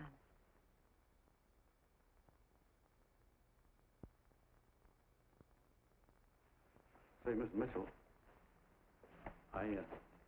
I'm kind of glad Anne isn't here. See, I came over here hoping to see her alone, and kind of hoping I wouldn't, too, you know what I mean? There was something I wanted to talk to her about. But, well, it'll wait, I guess. Good night. Good night, John. Say, look, Mrs. Mitchell, have you ever been married?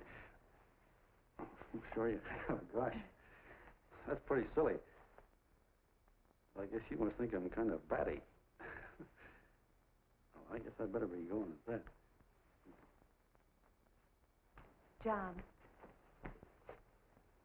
my husband said, I love you. Will you marry me? You did? What happened? I married him. Yeah, that's what I mean, see? It was easy as all that, huh? Yeah, but look, Mrs. Mitchell. You know, I love Anne, and it's going to be awfully hard for me to say it. Because, well, you know, she's so wonderful. And, well, the best I ever was a Bush League pitcher. And, you know, I think she's in love with another man. The one she made up. You know, the real John Doe. Well, that's pretty tough competition. I bet you he'd know how to say it all right. With me, I get up to it and around it and in back of it, but I never get right to it. You know what I mean? So the only chance I've got is, well, if somebody could kind of give her a warning, sort of prepare her for the shock. You mean you'd like me to do it? Hmm? Well, I was thinking that, yeah, you know, sort of break the ice. Of course I will, John. Thank you, Mrs. Mitchell. Hey, you're okay.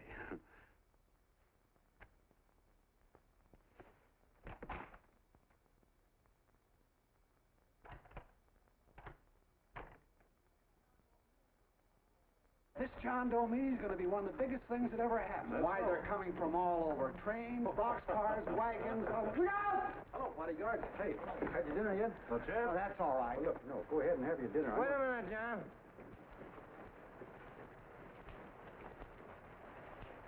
Hello, Mr. Connell. All right, John. John, I want to have a little talk with you. What's the matter? Are you falling? Come on. Hey, Ball. Oh, quiet. Say, tell me something. Did you read the speech you're going to make tonight? No, I never read the speeches before I make them. I get more of a kick out of it that way. That's just exactly what I thought. Beanie, go on down to the office, tell Papa to give you the speech. There's a copy on my desk. Gee whiz, boss, you know Mr. Norton told me not to leave him, not even for a minute. Go on. We'll be at Jim's bar up the street. You're a nice guy, John. I like you. You're gentle. I always like gentle people. Me, I'm hard. Hard and tough. I gotta use it for hard people. Gotta be gentle to suit me. Like you, for instance.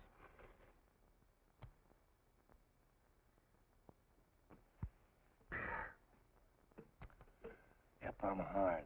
But you wanna know something? I've got a weakness. I guess that, would you? I have. Want to know this? Star-Spangled Banner. Screw you. Well, maybe it is, but play the Star-Spangled Banner. I'm a sucker for it. Always gets me right here. Know what I mean? Yeah, it gets me right back here. Oh, back there, huh? Well, every man to his own taste. You weren't old enough. You weren't old enough for the World War, were you, Jim? No, of course not. Oh, you must have been just kidding. I was just ripe and raring to go. You know what my old man did when I joined up? He joined up, too. Got to be a sergeant. And here's the kick for you. We were in the same outfit. Funny, huh? Hmm?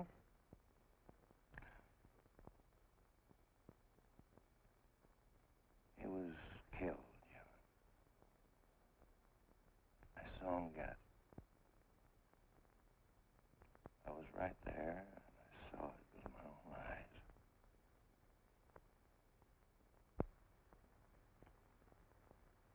Me, I came out without a scratch. That is, excepting my ulcers.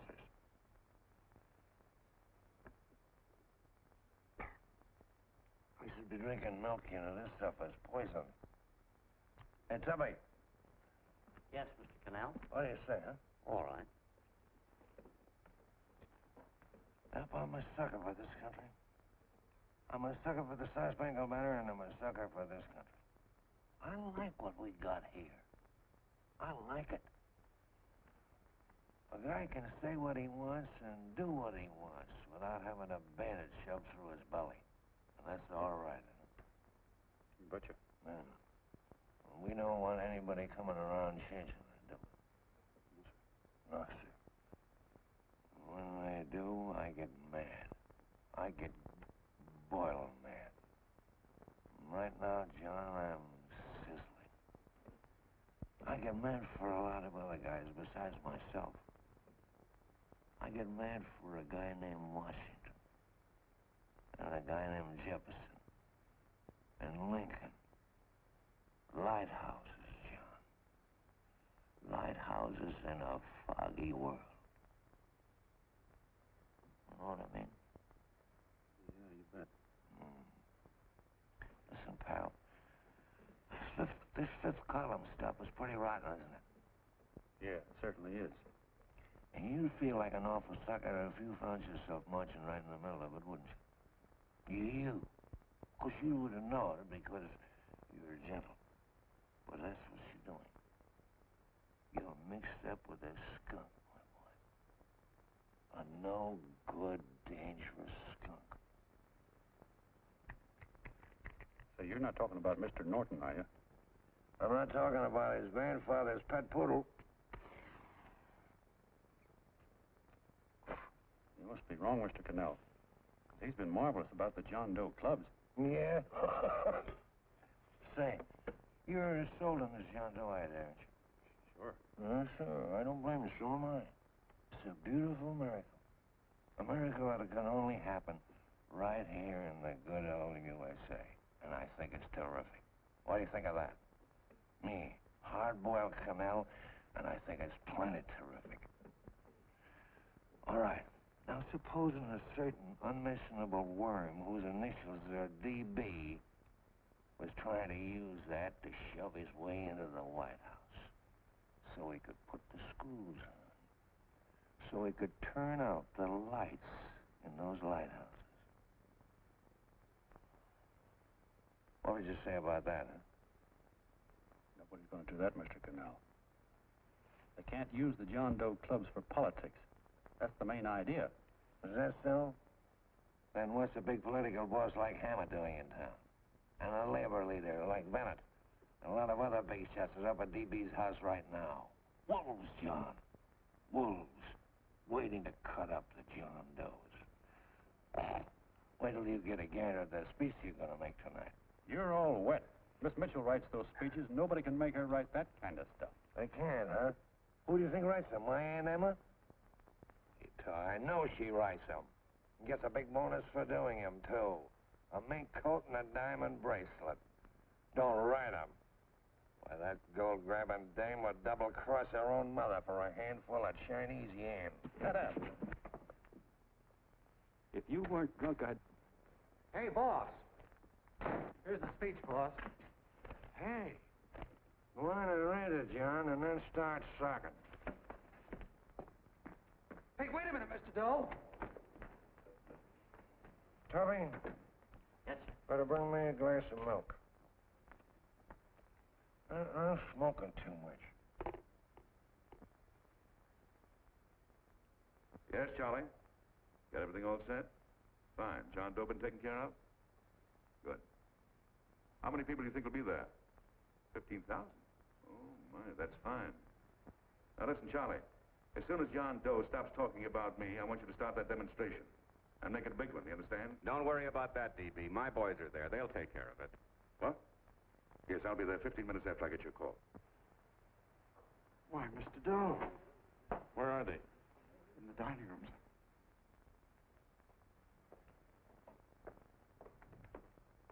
Now, gentlemen, I think we're about ready to throw that great big bombshell. Yeah, well, it's about time. Even a conservative estimate shows that we can count on anywhere between 10 and 20 million John Doe votes.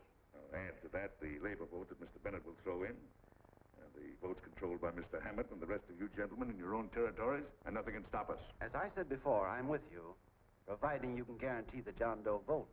Don't worry about that. You can count on me on one condition.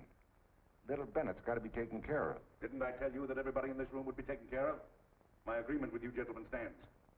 I'm with you, DB, but I still think it's a very daring thing we're attempting. These are daring times, Mr. Barrington. We're coming to a new order of things. There's too much talk been going on in this country. Too many concessions have been made. What the American people need is an iron hand. That's right. That's true. You're quite right, Levy. Discipline. And now, may I offer a little toast to Miss Ann Mitchell, the brilliant and beautiful lady who is responsible for all this.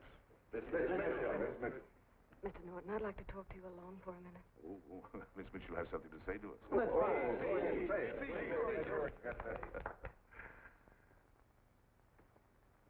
Hello.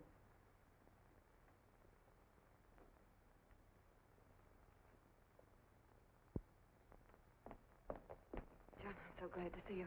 I was terribly worried. Did you write this? Yes, I did, John, but I had no idea what was going on. You didn't? No. That's a swell bracelet you're wearing. John, why aren't you at the convention?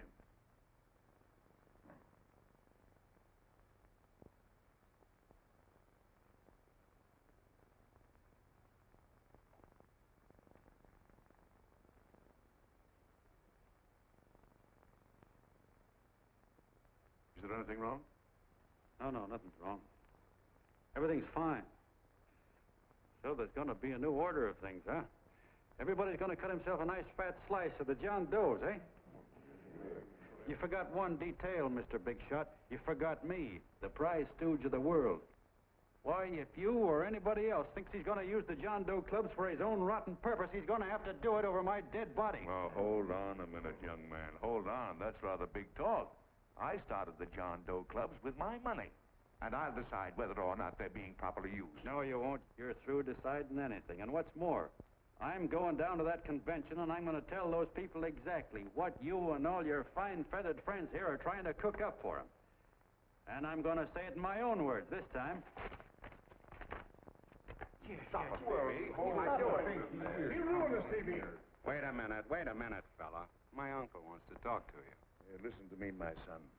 Before you lose your head completely, may I remind you that I picked you up out of the gutter and I can throw you right back there again? You've got a nerve accusing people of things. These gentlemen and I know what's best for the John Does of America, regardless of what tramps like you think. Get off that righteous horse of yours and come to your senses. You're the fake. We believe in what we're doing.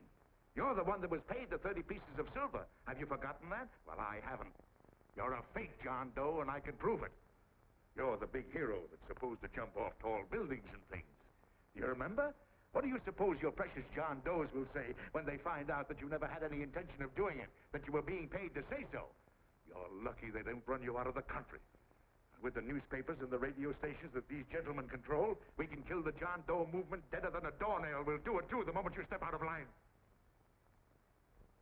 Now, if you still want to go to that convention and shoot your trap off, you go ahead and do it.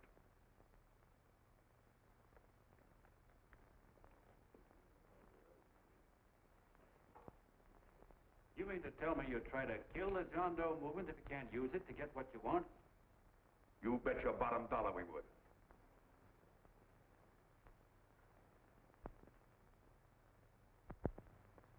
Well, that certainly is a new low. I guess I've seen everything now.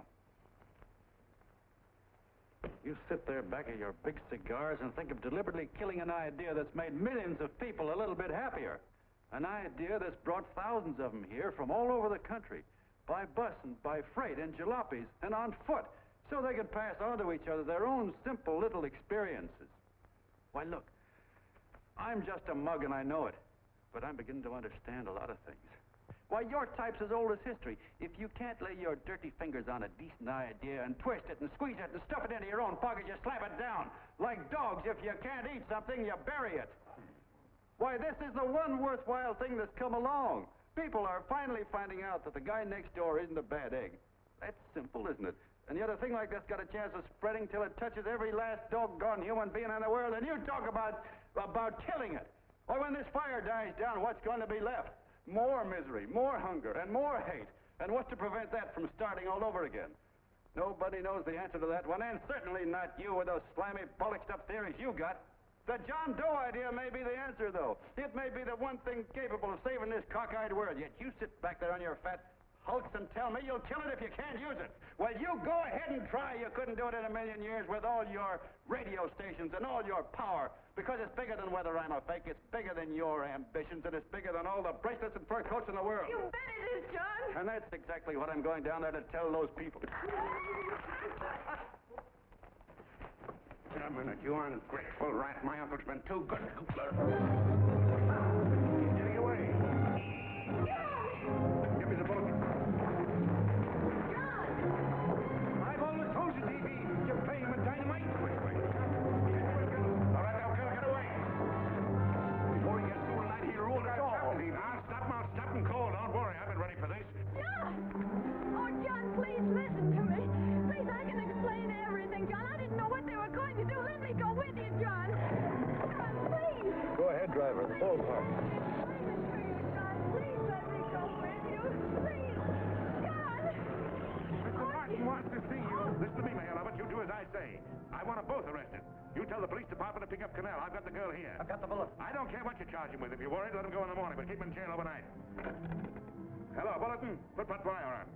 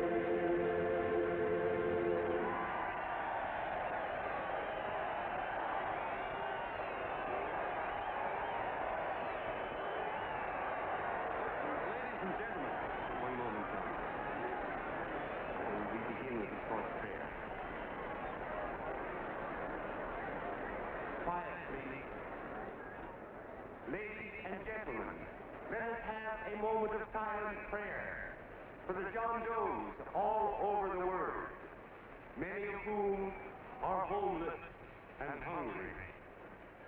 Rise, please. Everybody rise.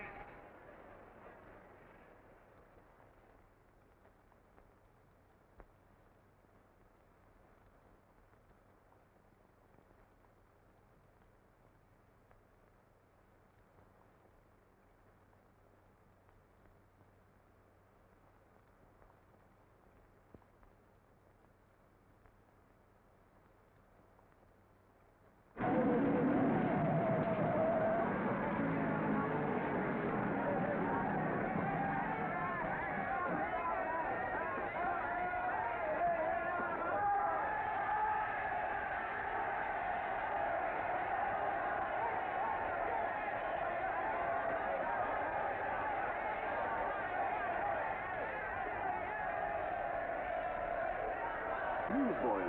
Hundreds of yelling newsboys are swarming into the park like locusts. They're yelling John Doe's a fake, too.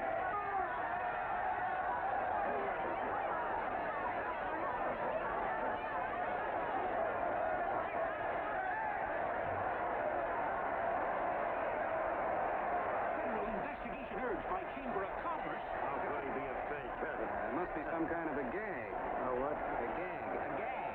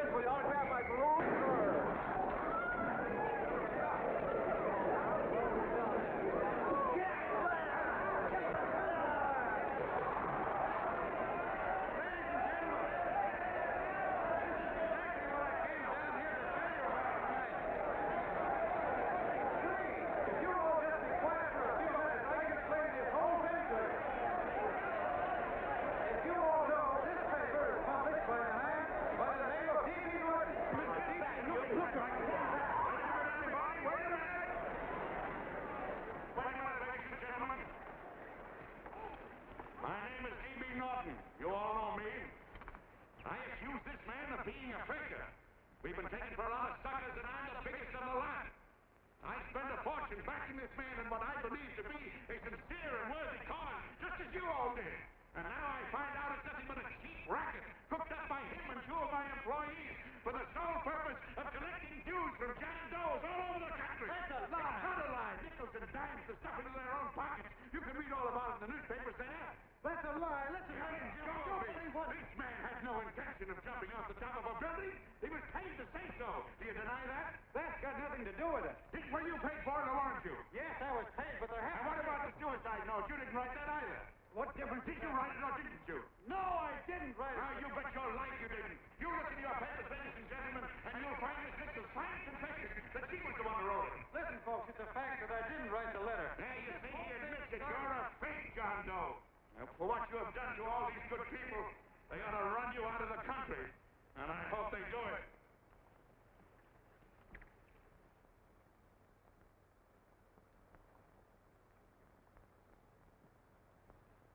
Speak up, John. We believe you. Please, listen, folks. Now that he's through shooting over his face, I've got a couple of things to tell you about. Come on, the rest of you get in here and riot. Break this crowd up. Come on. I'm sorry, folks, but we can't hear him anymore. Something's gone wrong with the loudspeakers. John Doe's a fake. Boo! They can't hear me. This thing's not working. Ladies and gentlemen.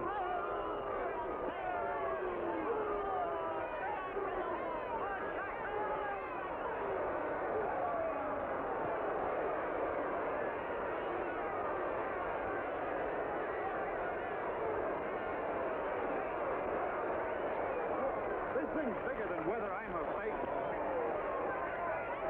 Look, Greg, you believe me, don't you? Sure. I believe you. Walking my legs off, digging up 5,000 signatures for a phony. Well, there you are, Mr. Doe. 5,000 names asking you not to jump off any roof. It makes no difference, Bert. The idea's still good. We don't have to give up our club. Yeah, well, you can have it. They're starting to throw things. Somebody's going to get hurt. I'm afraid it'll be John Doe. Listen to that mob. I'm gonna go now. All right, lady. Hey, let go. Let me go. I want to go now. Oh, please. Please let me go. They're crucifying him. I can help him. Sorry, sister, we got orders to hold. Oh, it's removed. Can't you see it's a framer? And oh, why do they won't let me go? They won't let me go.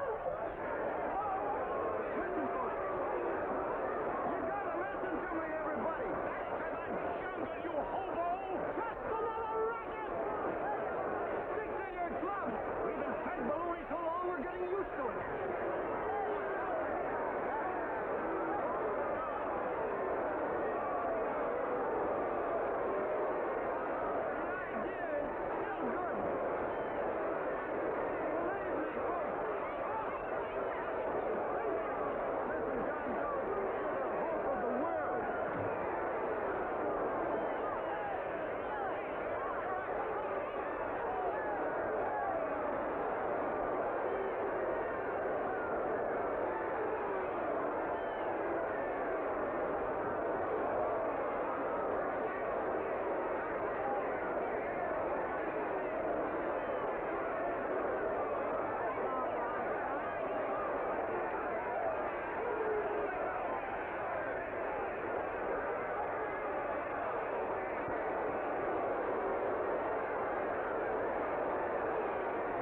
Managed to get him out of the park. If that boy isn't hurt, it'll be a miracle. Ladies and gentlemen, this certainly looks like the end of the John Doe movement. Well, boys, you can chalk up another one to the Pontius Pilates.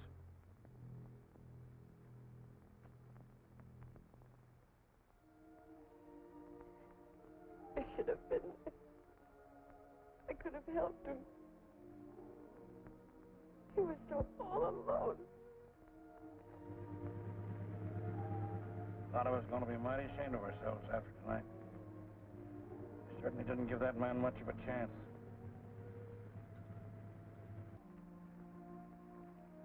Have some more coffee, Long John? No thanks, Tom.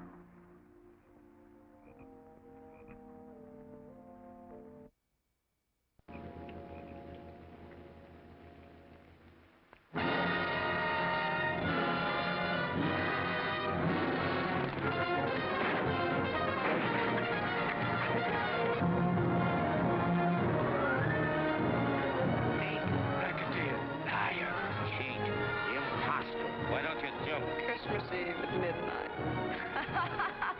Goodbye, Mr. Doe. You're a wonderful man. And God bless you, my boy. Now get in there and catch him. You're a fake John Doe, and I can prove it. You're the big hero who's supposed to jump off tall buildings and things. You remember? What do you suppose your precious John Does will say when they find out that you never had any intention of doing it, that you were being paid to say so? Christmas Eve at midnight.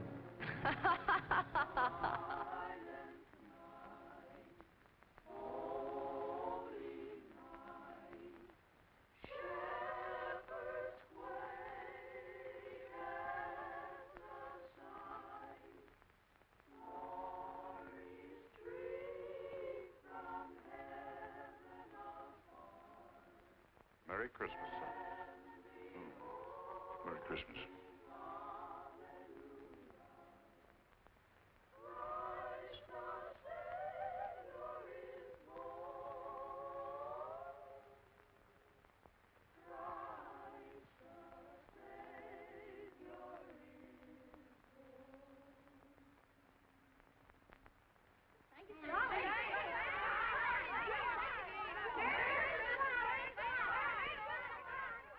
Who?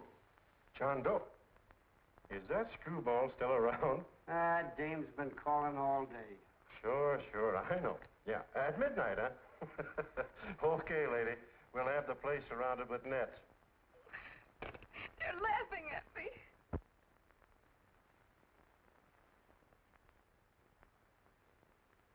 You're a sick girl, Ann. You better take it easy.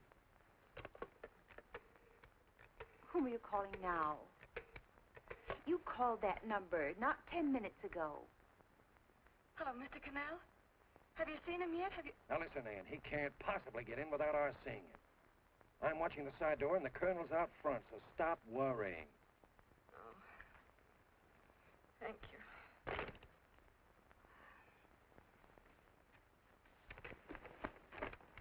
What, Ann? Ann, don't be foolish.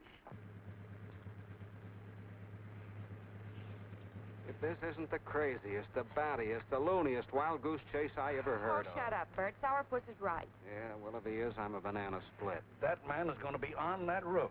Don't ask me how I know. I just know, and you know it as well as I do. Sure. I'd like to believe in fairy tales, but a guy that's a fake isn't going to jump off any roof. I don't think he was any fake, not with that face. And anyway, what he stood for wasn't a fake. Okay, honey, okay.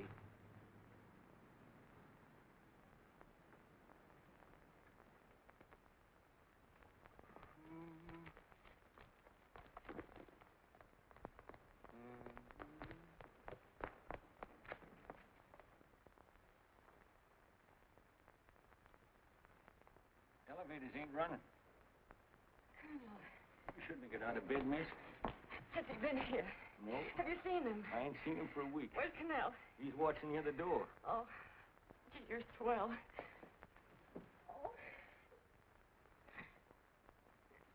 There's no sense in going up there. I've been here for hours. He ain't here. Let me go, will you? Now, that's crazy. It's 14 floors.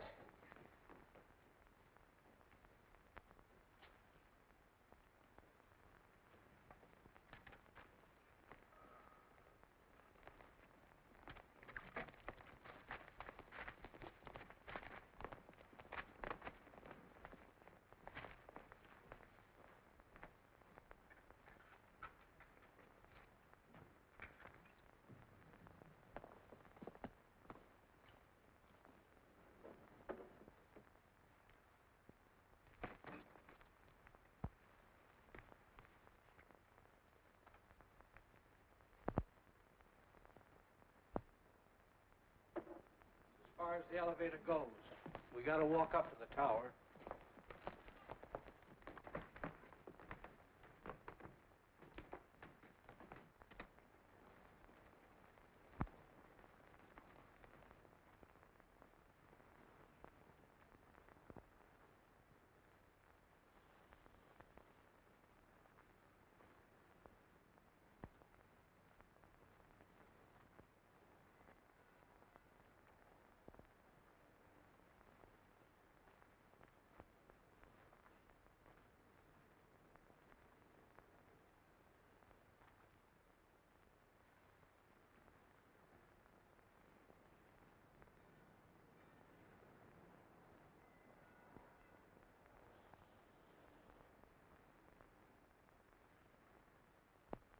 That tramp was probably full of Christmas cheer and asleep in some flop house. Let's go. I've got to decorate my tree.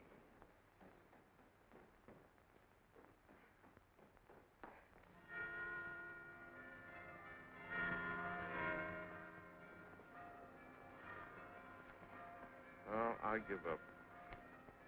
I don't know what gave us the idea that we'd attempt anything like this. I guess you're right. I'm afraid the joke's on us. Let's go. I hope nobody finds out we've been here.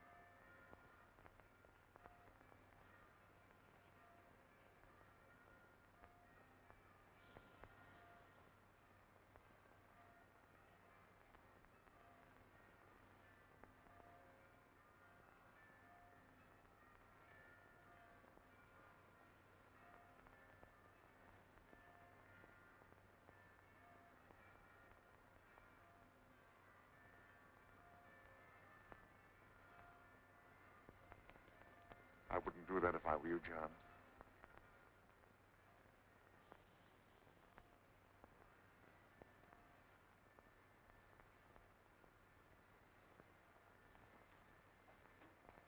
It'll do you no good. The mayor has policemen downstairs with instructions to remove all marks of identification you may have on your person. You will be buried in Potter's Field, and you will have accomplished nothing.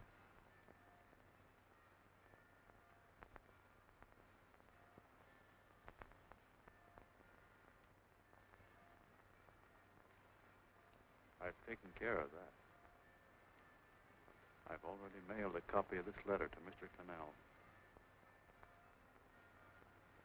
John, why don't you forget this foolishness? Stop right where you are, Mr. Norton, if you don't want to go overboard with me.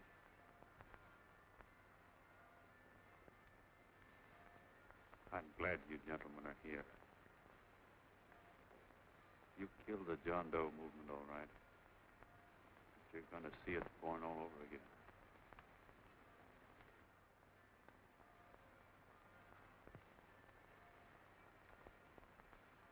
Now, take a good look, Mr. Norton.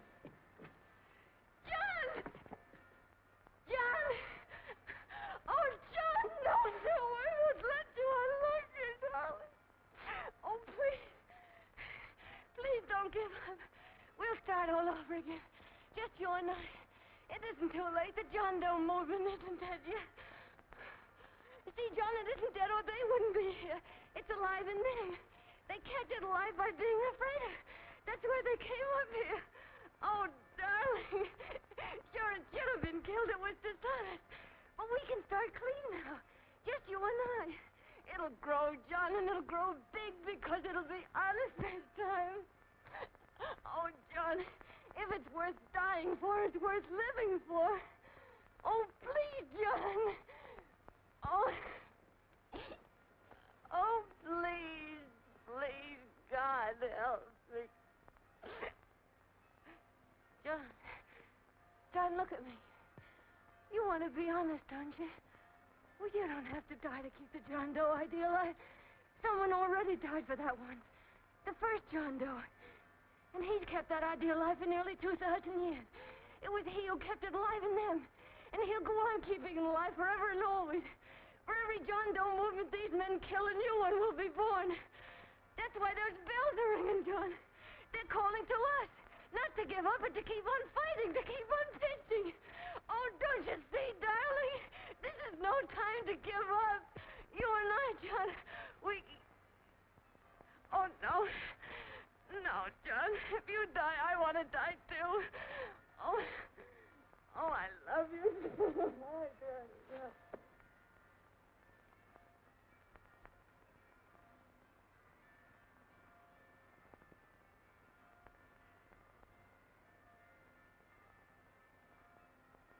Mr. Doe, you don't have to. We're with you, Mr. Doe.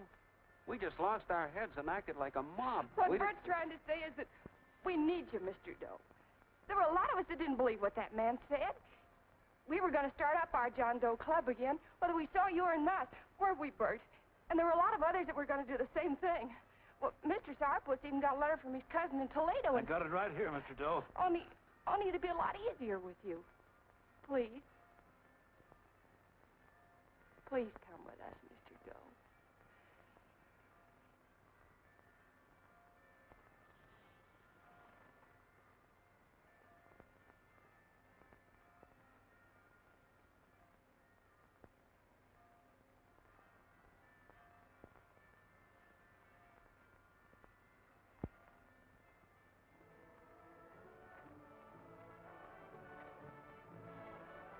Long John. Mr. Doe. Here, we'll help you with it. She'll be all right. Mr. Doe, take her right down to the car. Right up. Look, we got a car right down. Leon Norton, the people. Try and lick that.